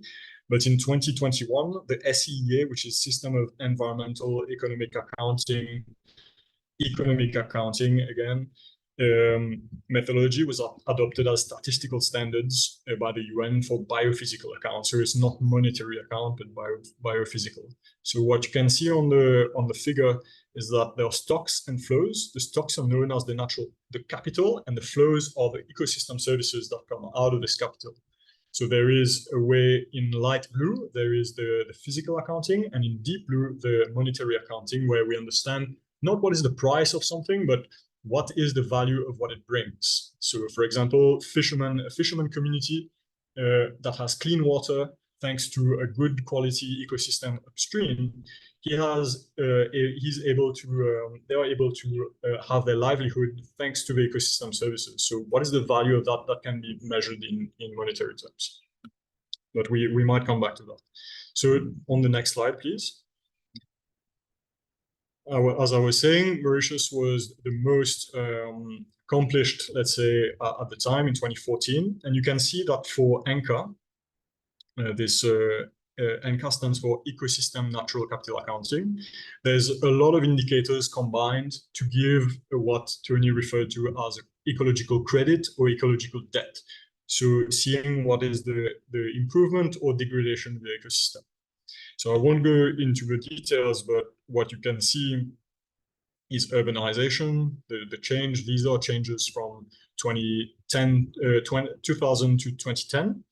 Urbanization, there's indicators like evapotranspiration, the carbon, the soil carbon, the water accessibility, and many others. So it is a complex thing, as you might have gathered from Tony's presentation, with lots of indicators, and we need to have capacity building. So perhaps that's one of the first things we can do as government and private sector is to build capacity to be able to do these accounts. Next slide, please.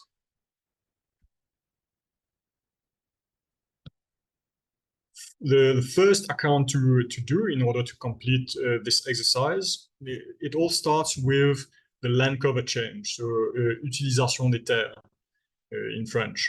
So the land cover change will show basically how the land is being used. Is it urbanized, as we can see in red, in green the trees, in orange here the crops. So how is it dynamically changing? And so this is the foundation, and then there are other indicators like the carbon and the water accessibility, etc.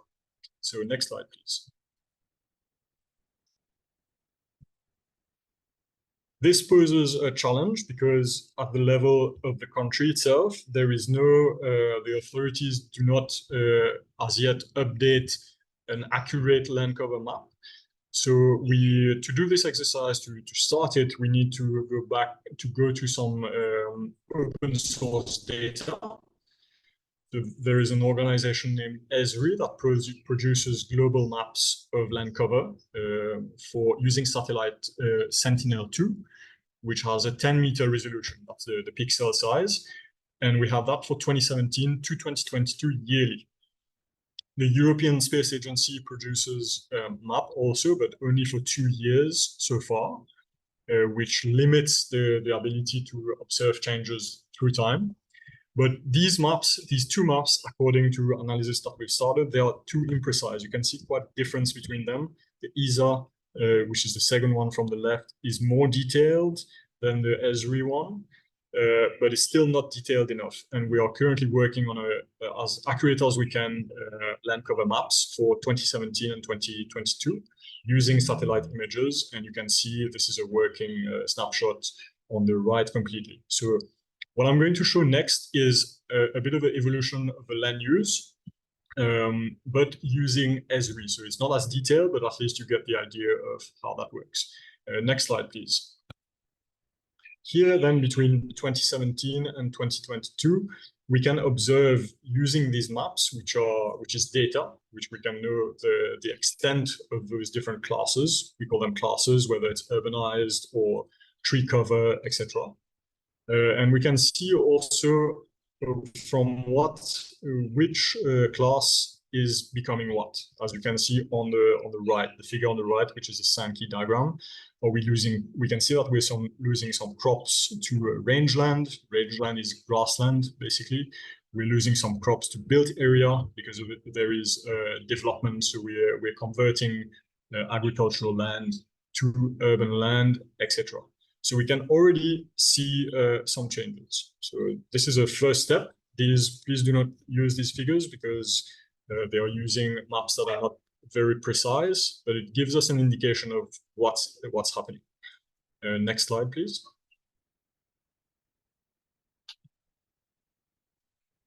Then when we use this data is spatialized, so we can know what spatial means space. So we can know by district here, for example, what's happening across these indicators.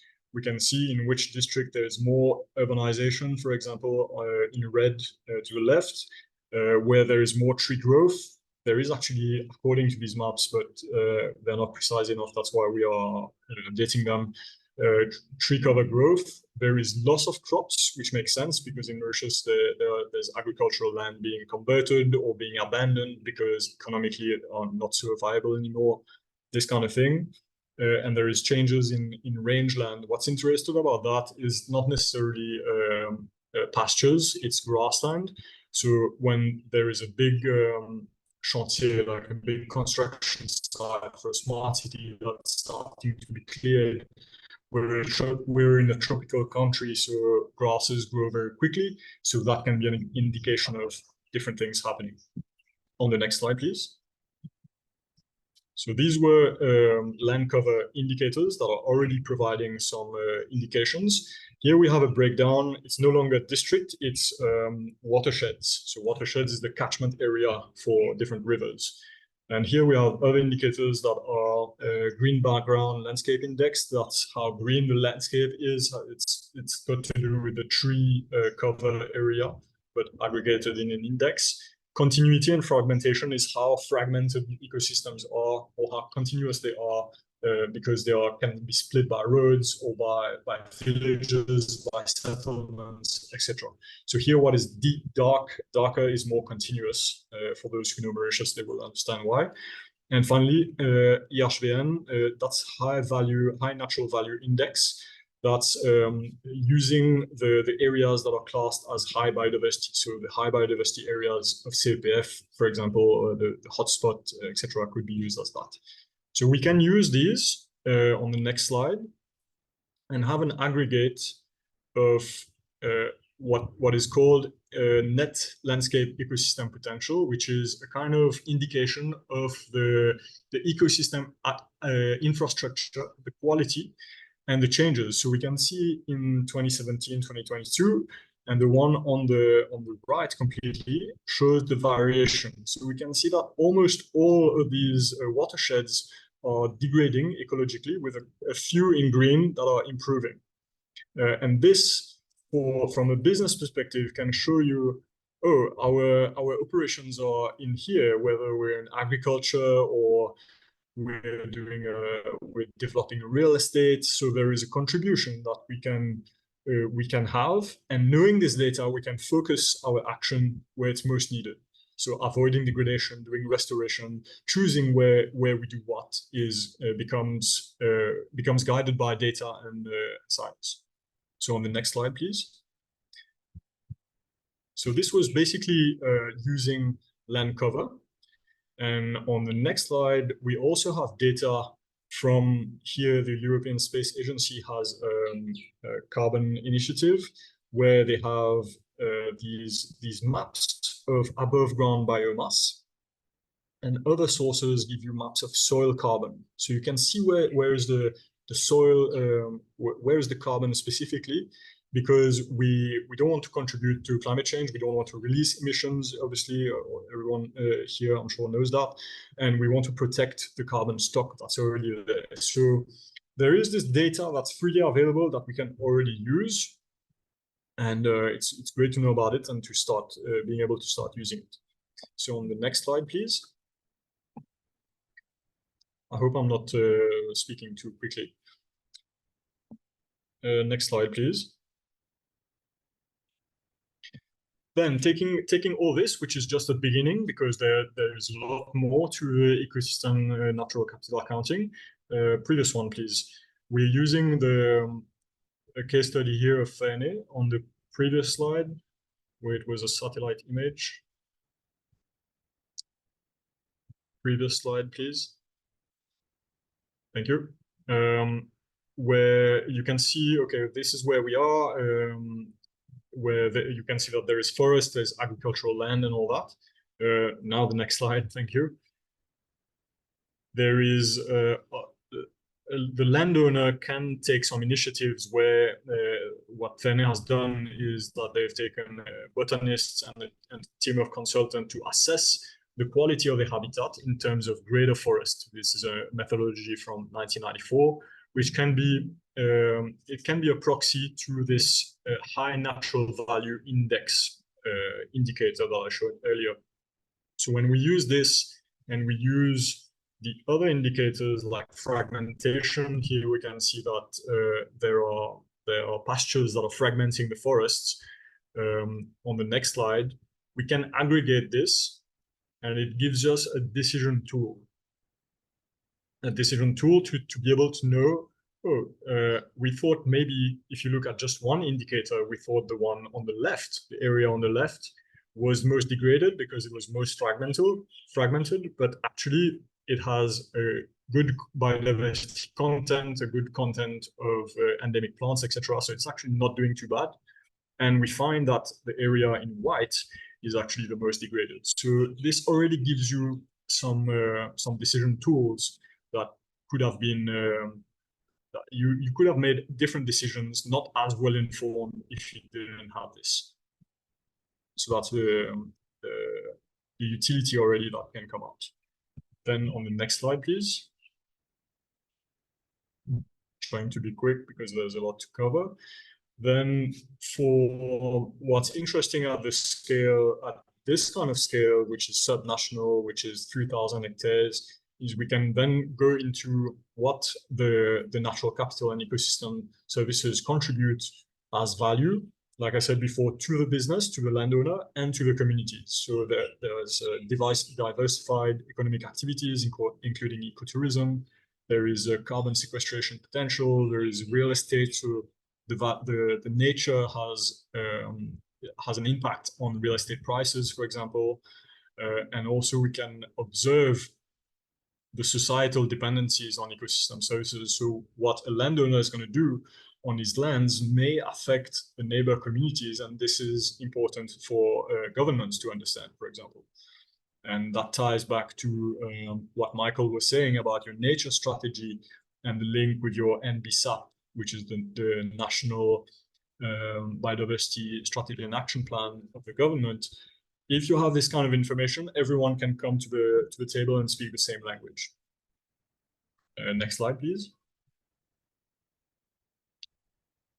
Then I'm almost finished, and this ties into your reporting about your impacts and dependencies, because if you understand what you have with these indicators, you can know what you depend on, and you can know perhaps what your impacts are going to be to the communities or as a subset of the national territory, because what you do with the carbon on your water is going to affect the national stock and flow of ecosystem services.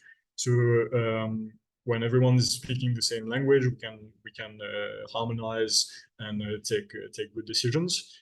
Finally, there are beyond the methods we've mentioned, there is the notion of gross ecosystem product, which is shown on the next slide, where we can start to understand on one side, the GDP, what is the value in monetary terms produced by society, which is our development indicator, but is this done at the expense of ecosystems? Because right now we're taking what ecosystems are giving for free, but if we start to account for that, and the degradation is tied to performance. In China, there's been it's starting to be implemented. It's a great policy innovation where the authorities are liable to improve them. They must improve the natural capital, the GEP of their province. So it's been done by province. And to finish, the two diagrams on the right, the top one is basically how we determine GDP and price for goods and services. Back to the previous slide, please, where we consider manufactured capital, labor, and land. And there we go, we have economic production. But in fact, we should be considering natural capital in this, in the economic production as well, and the services like waste assimilation that ecosystems provide. So we're getting there. I think we're in the beginnings of this. And on the next slide to finish, sorry, it's taking a bit long. The GDP rules are actually being reviewed. They are reviewed every 15 years or so. So perhaps in the next few years, hopefully, if we are doing business at the expense of the environment, it will actually cause the GDP to be reduced instead of increasing. Because right now, if you clear a forest, but you generate revenue, it's accounted as growth. But perhaps this will be, and hopefully this will be different, so we can start to value the environment for its services and start to live in harmony with it as per the GBF mission. So voilà, there's a lot more to talk about, but I'll leave it at that for now, and I thank you for your attention. Or perhaps just sorry, just to come back, the first entry point could be this land degradation neutrality that I mentioned in the beginning. Well, let's leave it there for now. Thank you. Thank you very much, Xavier. Just a quick highlight that I take from your presentation is the importance of obtaining data to inform decision-making. And actually our next speaker, Cathleen Cybèle from NEXA, the Agence Régionale de Développement in Réunion Island, is actually going to present a project that she worked on in La Réunion, where she evaluated and mapped ecosystem services. Another example of an approach that can be used to really obtain this crucial information that can inform decision-making. Please go ahead, Kathleen. Good morning, everybody. Bonjour à tous. Donc, je ferai ma présentation en français, mais je pourrai éventuellement aussi répondre en anglais. Donc, je suis Cathleen Cybèle, ingénieure de projet biodiversité à l'Agence régionale de développement économique, NEXA. Donc, je vous présenterai aujourd'hui une évaluation des services écosystémiques, donc un cas d'étude réalisé à La Réunion dans le cadre du projet MOVE-ON, un projet en consortium avec d'autres régions ultra-périphériques européens, projet financé par la Commission européenne. Donc, prochain diapo. Le contexte, à savoir que le contexte de cette étude, c'est dans le cadre de la préservation de la biodiversité, mais tout en maintenant un développement économique soutenable. Prochaine diapo, s'il vous plaît. Donc, ce qui a déjà été mentionné par nos trois présentateurs avant moi, la notion de service écosystémique que je veux reprendre dans ce contexte. Donc, c'est une définition qui a été faite dans le cadre du Millennium Ecosystem Assessment par les Nations Unies en 2005 et qui vous explique que les services écosystémiques sont des bénéfices que les humains tirent des écosystèmes. Donc, comme on peut voir sur cette image, donc les écosystèmes, c'est vraiment d'un point de vue du paysage, que ce soit de la mer jusqu'aux montagnes, donc des habitats de l'eau, des mangroves, de la forêt, des savanes, des zones humides. Et les services écosystémiques, d'un point de vue général, sont classifiés en trois grands groupes, les groupes de services écosystémiques d'approvisionnement, de régulation et culturels. Prochaine diapo. Le contexte du process qu'on appelle en anglais MAES, en anglais ça veut dire Mapping and Assessment of Ecosystem and Their Services, donc la cartographie et l'évaluation des services écosystémiques. Donc la Commission européenne, il y a déjà une décennie de cela, décide de créer ce groupe en regroupant des chercheurs par pays et États membres de la Commission européenne, chercheurs et experts en cartographie, et créer ce process cartographie et services écosystémiques. Donc, vous pouvez voir sur cette diapo le site Internet. Donc, c'est porté par la Direction générale de l'environnement de la Commission européenne. Et ce groupe de recherche a créé des outils et méthodes de cartographie des services écosystémiques. Il y a aussi la définition des différents types de services écosystémiques qu'on appelle SICES, donc la liste commune, ainsi que des méthodes, les méthodes d'application et entre autres des publications scientifiques, des cas concrets. Merci. Prochaine diapo. Le contexte de ce projet MoveOn. Donc, comme vous pouvez voir sur cette très belle roue qui montre visuellement et graphiquement les grands groupes des services écosystémiques et leur utilité, la Commission européenne a demandé aux États membres de la Commission de cartographier les services écosystémiques, ce qui a été fait en Europe continentale. Or, il y avait une lacune de cette évaluation, de cette cartographie pour les régions ultrapériphériques.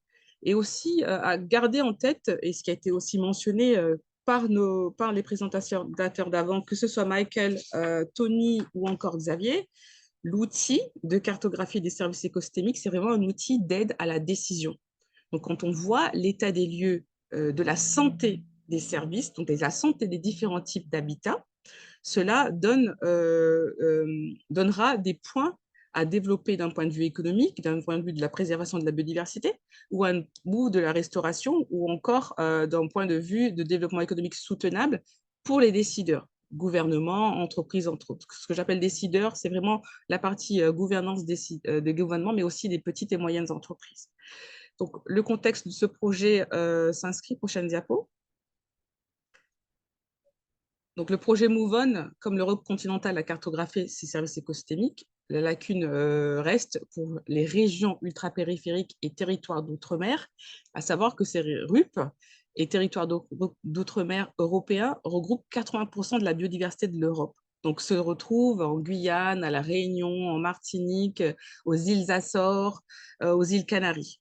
Donc, le projet fait progresser ces méthodes dans nos régions ultrapériphériques et territoires outre-mer européens. Prochaine diapo, s'il vous plaît. Donc, il y a différentes études dans les zones européennes et pour le cadre de l'île de la Réunion représentant la France, nous avons réalisé la cartographie à 2 échelles. L'échelle d'une commune, en anglais qu'on appelle municipality, donc c'est la commune de Saint-Philippe avec son corridor écologique, notamment par la forêt de Marlongue. Et la deuxième échelle, c'est à l'échelle de l'île elle-même. Donc Saint-Philippe se retrouve dans le sud de l'île et c'est vraiment le coin de sud qu'on appelle sud sauvage de la Réunion. Prochaine diapo, s'il vous plaît. Donc, les 7 étapes de cette méthode MAES, donc Mapping and Assessment of Ecosystem Services, sont affichées. Pour notre étude de cas, nous avons réalisé l'étape 4 et 5, c'est-à-dire processus de cartographie et d'évaluation suivi d'une mise en œuvre d'une étude de cas. Prochaine diapo. À titre d'exemple, quelles sont les 3 grandes catégories d'approches utilisées en général pour évaluer les services écosystémiques? Ça a été entrepris dans le cadre du projet de recherche financé par la Commission européenne qui s'appelle donc les projets H2020, Horizon 2020, Esmeralda. Donc, le projet Esmeralda, disponible en ligne, élabore les lignes directrices complètes pour chacune d'entre elles. Donc, que ce soit les approches biophysiques que vous souhaitez faire, approches sociales, économiques ou les 3 en même temps. Donc, l'approche biophysique est classique, donc les structures biotiques et abiotiques. Sociales, on connaît tout autour de l'implication, des mesures, des préférences individuelles ou collectives des communautés de ces écosystèmes, de leur perception des écosystèmes, des services écosystémiques, des habitats ou de la biodiversité, entre autres, ou encore l'approche économique de mesurer la valeur économique des services écosystémiques. Donc, précédemment mentionné clairement, ces approches sont plus tard reprises dans les notions de NK en anglais, donc CECN, pour l'évaluation des capitales naturelles.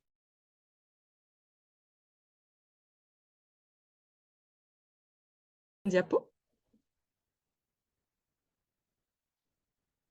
À titre d'exemple, les méthodes biophysiques se retrouvent dans les mesures directes d'observation sur le terrain, les mesures donc que ce soit des réalisations de questionnaires ou des surveys ou de remote sensing, comme on appelle communément, des mesures indirectes, des data statistiques ou des proxys spatiales ou encore des modélisations, donc macroécologiques, traits de base, des modèles statistiques ou des connectivités écologiques. Ce sont les 3 grands modèles biophysiques utilisés.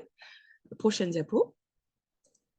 Pour les modèles économiques classiques qu'on retrouve dans les grandes notions économiques, on reprend ensuite non seulement la partie cartographique, mais donner une valeur économique par des approches de coûts, de perception ou des valeurs unitaires données aux cadrans, aux cellules spatiales identifiées. Ça a été déjà réalisé et vous pouvez retrouver toutes les études faites sur le site de Maes, entre autres. Prochaine diapo, s'il vous plaît. Cette fois-ci, revenons à notre étude à La Réunion. Donc, nous avons sélectionné une approche multitierce, c'est-à-dire 3 méthodes, plusieurs méthodes.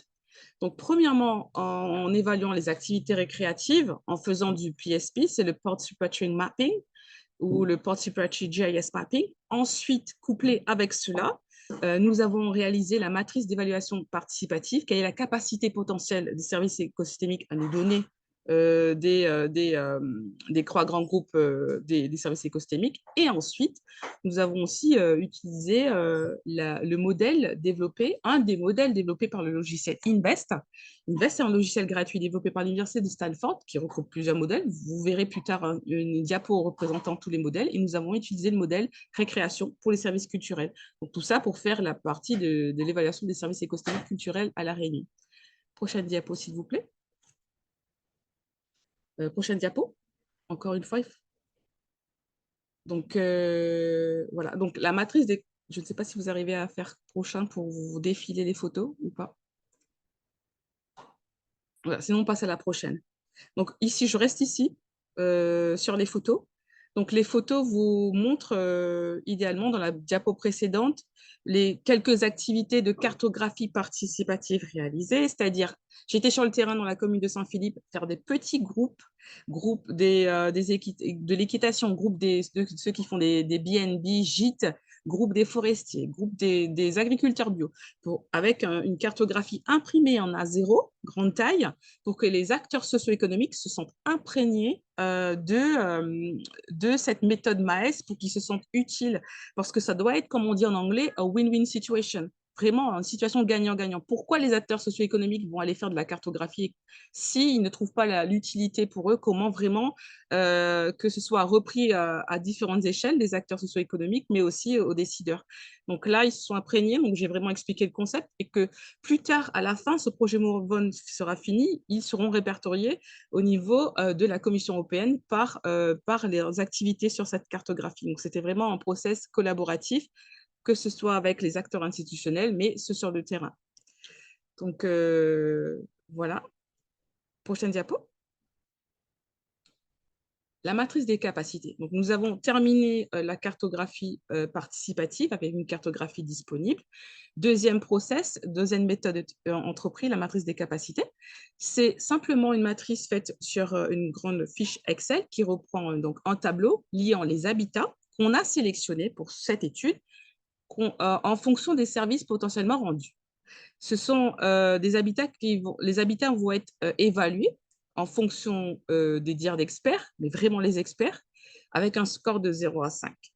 Cette méthode a déjà été utilisée, donc présentée par Benjamin Bucard, qui lui-même est sur ce projet MOVON. Donc, le projet MOVON a une très, très forte collaboration des experts qui ont créé la méthode et qui a été publiée. Donc, on réplique cette méthode à l'île de la Réunion. Il y a une centaine de matrices qui a été répertoriée dans la littérature scientifique.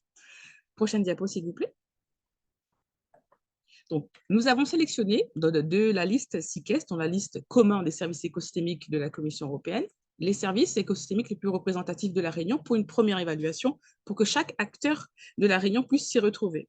Donc, nous avons sélectionné les services d'approvisionnement, donc dites nutrition matériaux, tels que production végétale, donc l'agriculture alimentaire et élevée, l'eau douce, matériaux et fibres, composés matériaux génétiques des êtres vivants, la biomasse à vocation énergétique. Prochaine diapo. Nous avons aussi évalué le grand groupe des services de régulation et d'entretien, donc tout ce qu'on appelle maintien des conditions biologiques, physiques et chimiques, telles que séquestration de carbone, régulation du climat, ou encore médiation des flux, régulation des risques naturels, ce qu'on connaît très bien, protection contre les tempêtes pour notre région Océan Indien, ou encore régulation des inondations et des crues. Prochaine diapo. Et encore, nous avons aussi évalué les services écosystémiques dits culturels, tout ce qui est autour du bien-être, spirituel, symbolique, religieux, activités récréatives. Et en dernier lieu, prochaine diapo, les services qu'on appelle les 10 services. Oui, ça existe cela. Donc, les 10 services sont tous les services écosystémiques qu'on ne souhaite pas avoir autour de nous, notamment les moustiques, à titre d'exemple, ou les espèces exotiques envahissantes.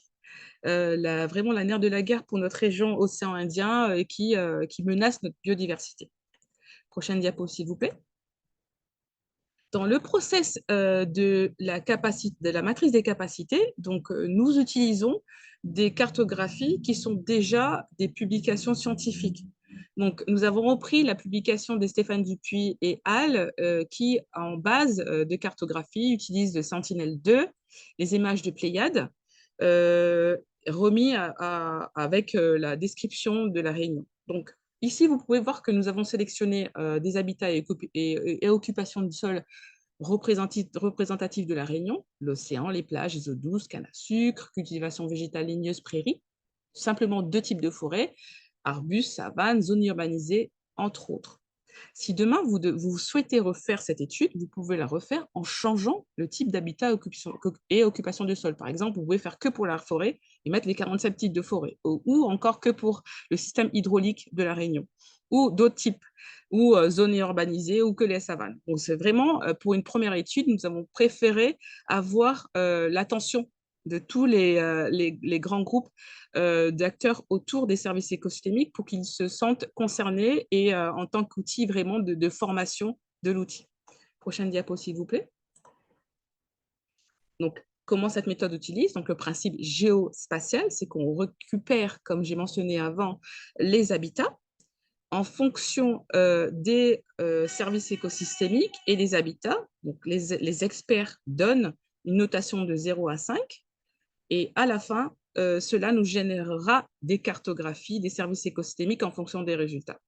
À savoir que dans notre système de dire d'experts, d'estimation des experts, les experts nous donnent aussi, par type d'habitat, une notation de 1, 2 ou 3 pour dire s'ils sont confiants de ce qu'ils disent. Par exemple, quelqu'un qui travaille pour l'eau, à l'office de l'eau, qui connaît l'eau, donnera 3 parce qu'il s'y connaît, mais peut-être moins pour les zones urbaines ou rocheuses, ou vice-versa. Donc, cela augmente notre crédibilité des résultats et la robustesse des résultats.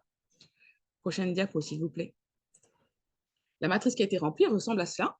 Donc, comme vous pouvez voir à gauche, vraiment la partie habitat qu'on a sélectionné, les grands groupes, donc habitats littoraux, aquatiques, agricoles, forestiers, et tout au long du titre, les grands services écosystémiques, services d'approvisionnement, régulation, entretien, culturel et 10 services. Donc, nous avons rempli à 2 échelles cette matrice, à l'échelle de la commune de Saint-Philippe et à l'échelle de la Réunion. Prochaine diapo, s'il vous plaît. Donc, j'ai bien expliqué la partie de la cartographie participative, ensuite la matrice d'évaluation participative, et cette fois-ci, brièvement, je vous mentionnerai comment, cette fois-ci, le modèle INVEST fonctionne en ligne. Donc, le modèle INVEST Integrated Evaluation of Ecosystem Services and Trade-off, prochaine diapo, utilise la base de données de photos Flickr. C'est une base de données qui existe depuis les années 2000 et qui reprend les photos géoréférencées. Donc, INVEST est un modèle qui fonctionne en ligne, un serveur basé aux États-Unis. Donc, on renvoie, nous, les fichiers QGIS qu'on souhaite évaluer en fonction des photos présentes. Donc, à ma grande surprise, je pensais que vraiment une base de données comme Flickr ne retrouvera rien en océan Indien, encore rien à La Réunion, et surtout en zoomant pour une petite commune comme Saint-Philippe. Eh bien non, Flickr a vraiment une base de données d'ethnobotanie, de paysages, de photos prises par les touristes sur un laps de temps, donc 2007 à 2017. Prochaine diapo, s'il vous plaît, pour les résultats. Donc, voici les résultats, quelques résultats. Donc, il y a beaucoup plus de résultats. Donc, je vous présente quelques résultats. Donc, diapositive avant, voilà. Donc ici, le modèle Invest nous montre en termes de nombre de jours d'utilisateurs de photos par mois, donc combien de photos a été pris, donc quels sont les mois où on prend le plus de photos dans la commune de Saint-Philippe pour pouvoir, surtout les photos prises dans les sites que nous estimons être de valeur de diversité. Classiquement, à La Réunion, les vacances se trouvent en juillet-août, et non, eh bien, les photos se trouvent plutôt en novembre, mars et août. Donc, ces données sont utilisées ensuite par la mairie de Saint-Philippe pour pouvoir mieux évaluer leur système de gestion de communication de touristes. Donc, vraiment, ce sont des outils d'aide à la décision pour ce cadre de rendement des services écosystémiques et sa cartographie. Prochaine diapo, s'il vous plaît. Ou encore, quels sont le nombre annuel moyen de jours d'utilisateurs de photos prises, parce que j'ai uploadé les milieux naturels dans la base de données Invest. Invest me renvoie quels sont les milieux naturels les plus visités aux prises de photos. C'est vraiment dans le cœur du parc national de La Réunion, dans les forêts cultivées, mais par contre moins dans les friches ou les terrains rugueux. Prochaine diapo, s'il vous plaît. Ou encore quels sont les nombres annuels moyens de photos prises par type d'habitat. Donc, c'est vraiment les types de forêts cultivées de bois de couleur qui est apprécié à La Réunion, et moins encore les forêts envahies par les espèces exotiques invasantes, telles que le Psyllium cattleyaeum, qu'on appelle le goyavier à La Réunion, ou le goyave de Chine à l'île Maurice. Prochaine diapo, s'il vous plaît. Cette fois-ci, avec la méthode de la matrice des capacités pour la commune de Saint-Philippe, donc à l'échelle d'une municipalité, comme on dit, quelle est la capacité à séquestrer du carbone? Donc, de 0 à 5, donc moins de carbone sur les couleurs roses, et 5, vraiment une capacité à séquestrer le carbone en verte. Prochaine diapo, s'il vous plaît. Quelle est la capacité à maintenir la qualité des eaux? Ou encore, prochaine diapo, la photo la plus complète, c'est quelle est l'évaluation de l'offre des services écosystémiques culturels pour La Réunion, pour la commune de Saint-Philippe, un zoom sur la forêt de Marlongue. Et vous pouvez voir les petites pointillés. Plus petite est la pointillée, plus moins de photos, mais plus grosse est la pointillée. Ce sont les zones où il y a le plus de photos prises. Prochaine diapo, s'il vous plaît. Assez rapidement, je vais montrer à l'échelle de La Réunion la capacité des écosystèmes à fournir des services écosystémiques pour la production végétale alimentaire cultivée. Donc, vraiment en vert, il y a une très fort potentiel. Prochaine diapo, s'il vous plaît. Et la capacité à réguler les inondations et les crues à La Réunion. Et prochaine diapo. Quelle est la capacité des écosystèmes à nous fournir des services écosystémiques pour la séquestration du carbone à La Réunion? Donc, vraiment, la zone de séquestration de carbone se situe dans les zones vertes en très fort potentiel. Prochaine diapo, s'il vous plaît. Quelle est une autre représentation des données? C'est quels sont les services écosystémiques rendus par les terres agricoles d'un point de vue d'habitat. Donc, il y a toujours un fort potentiel des terres agricoles de nous rendre de la production végétale ou animale, mais bien moins en activité récréative, en bleu, par exemple. Prochaine diapo. Ou encore, quels sont les services écosystémiques rendus par les zones urbanisées, principalement en bleu, comme vous pouvez voir, les activités récréatives, mais bien moins pour l'agriculture ou les services de régulation en jaune. Prochaine diapo, s'il vous plaît. Donc, comme mentionné précédemment, l'Université de Stanford, nous avons utilisé le modèle noté récréation sur cette diapo, mais vous avez de la disponibilité. Donc, les modèles, le logiciel Invest est gratuit et en ligne. Le forum vous répond très facilement si vous avez des questions en anglais, malheureusement, mais vous répond dans les 8 heures qui suivent avec le décalage horaire. Prochaine diapo, s'il vous plaît. Voici les références et prochaines diapos pour la fin. Donc, ce projet vraiment est le soutien de l'Université de Hanovre, de l'Université de Trento, Hanovre en Italie, Hanovre en Allemagne, Trento en Italie, Juan Carlos en Allemagne et l'Université de Kassel en Allemagne, financée par l'Europe et la région Réunion. Merci beaucoup pour votre attention.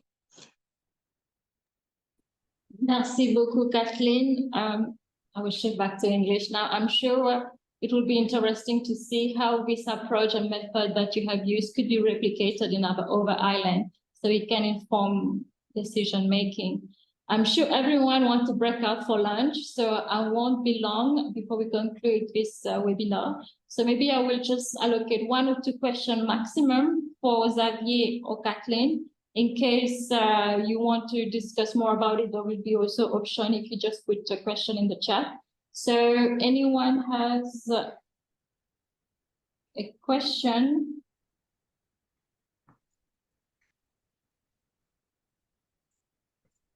You can raise your hand.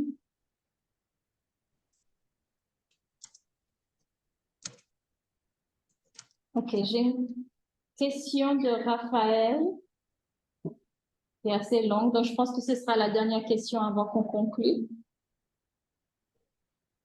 Il dit que ça pourrait être intéressant d'intégrer aussi le contexte social et territorial dans lequel les méthodes s'insèrent, qui a plus ou moins intérêt à maximiser les écosystèmes services.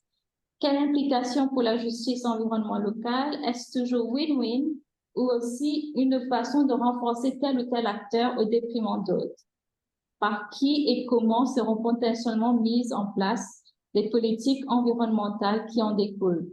Donc, je pense qu'il y a plusieurs questions dans le message de Raphaël. Je vais laisser à Cathleen ou même Xavier s'ils veulent apporter des réponses à ces questions. Merci. Je peux répondre partiellement, je peux laisser aussi bien sûr Xavier continuer. Alors pour le cadre de la Réunion, donc la Réunion c'est la France, c'est aussi plus loin l'Europe. Donc dans chaque pays, il y a ce qu'on appelle le schéma d'aménagement régional ou différents schémas de planification, que ce soit pour l'environnement ou d'un point de vue général, vraiment le mapping ou le planning de l'endroit. Donc comment est-ce que c'est vraiment win-win? Oui. Parce que notre premier interlocuteur, Michael Ofosuhene, et où aussi encore Tony et encore Xavier, a bien expliqué la partie politique. Donc, tous les pays membres répondent au CBD dans leur NBSAP et ont intérêt à protéger la biodiversité et non pas la détruire. L'outil de la cartographie des services écosystémiques, c'est vraiment un point d'alerte. C'est-à-dire qu'on dit, ici, peut-être il y a trop d'activités économiques, il faut faire attention. Il y a des exemples où, classiquement, on montre la valeur économique de développer l'agriculture d'un point de vue cartographique, il y a une valeur monétaire derrière, versus protéger la biodiversité d'un point de vue vraiment cartographique. On voit sur la carte, ici, on développe l'agriculture, et là, non, et là, c'est la biodiversité. Parce que le but, c'est que ce soit win-win. On dit, on préserve la biodiversité, mais on n'arrête pas la vie, on n'arrête pas les activités anthropiques ou activités économiques. Et dans ce process de la cartographie des services écosystémiques, il y a vraiment la partie sociale qu'on peut utiliser comme méthode pour être sûr, dès le début, d'avoir la volonté des acteurs, des acteurs sur le terrain, des citoyens, qui fait remonter les informations. Donc, je pense que vraiment, c'est une volonté politique, mais tout d'abord, il est important de savoir comment expliquer, vraiment inspirer les décideurs d'utiliser cette méthode, mais d'inspirer les décideurs pour préserver leur biodiversité. Voilà. Si Xavier veut répondre à cela ou rajouter à des points. Oui, je veux bien ajouter rapidement, merci Caroline. C'est sur les services écosystémiques, les évaluations militaires, etc. C'est vrai qu'il y a des critiques parfois sur l'aspect économique seulement, mais c'est important parce que même pour les autorités qui doivent représenter les citoyens et les communautés, c'est important d'avoir des informations qui puissent comparer avec des autres impératifs. Par exemple, ils doivent investir sur l'éducation ou sur leur santé ou sur des choses comme ça. Et s'il y a parfois des environnementalistes ou autres qui viennent, ils leur disent il faut protéger la biodiversité. Ça peut être difficile de comparer, de savoir qu'est-ce que j'y gagne. Donc, si on peut mettre, si ça peut être commensurate en anglais, il peut arriver à comprendre avec des informations concrètes quel est le bénéfice à la communauté. Donc, je pense que c'est très important aussi de faire ressortir ça, pas seulement envers le secteur privé, on parle aussi de l'entreprise, mais comment est-ce que, par rapport aux dependencies et aux impacts, comment ces outils peuvent aider à informer des décisions en faveur de la communauté également.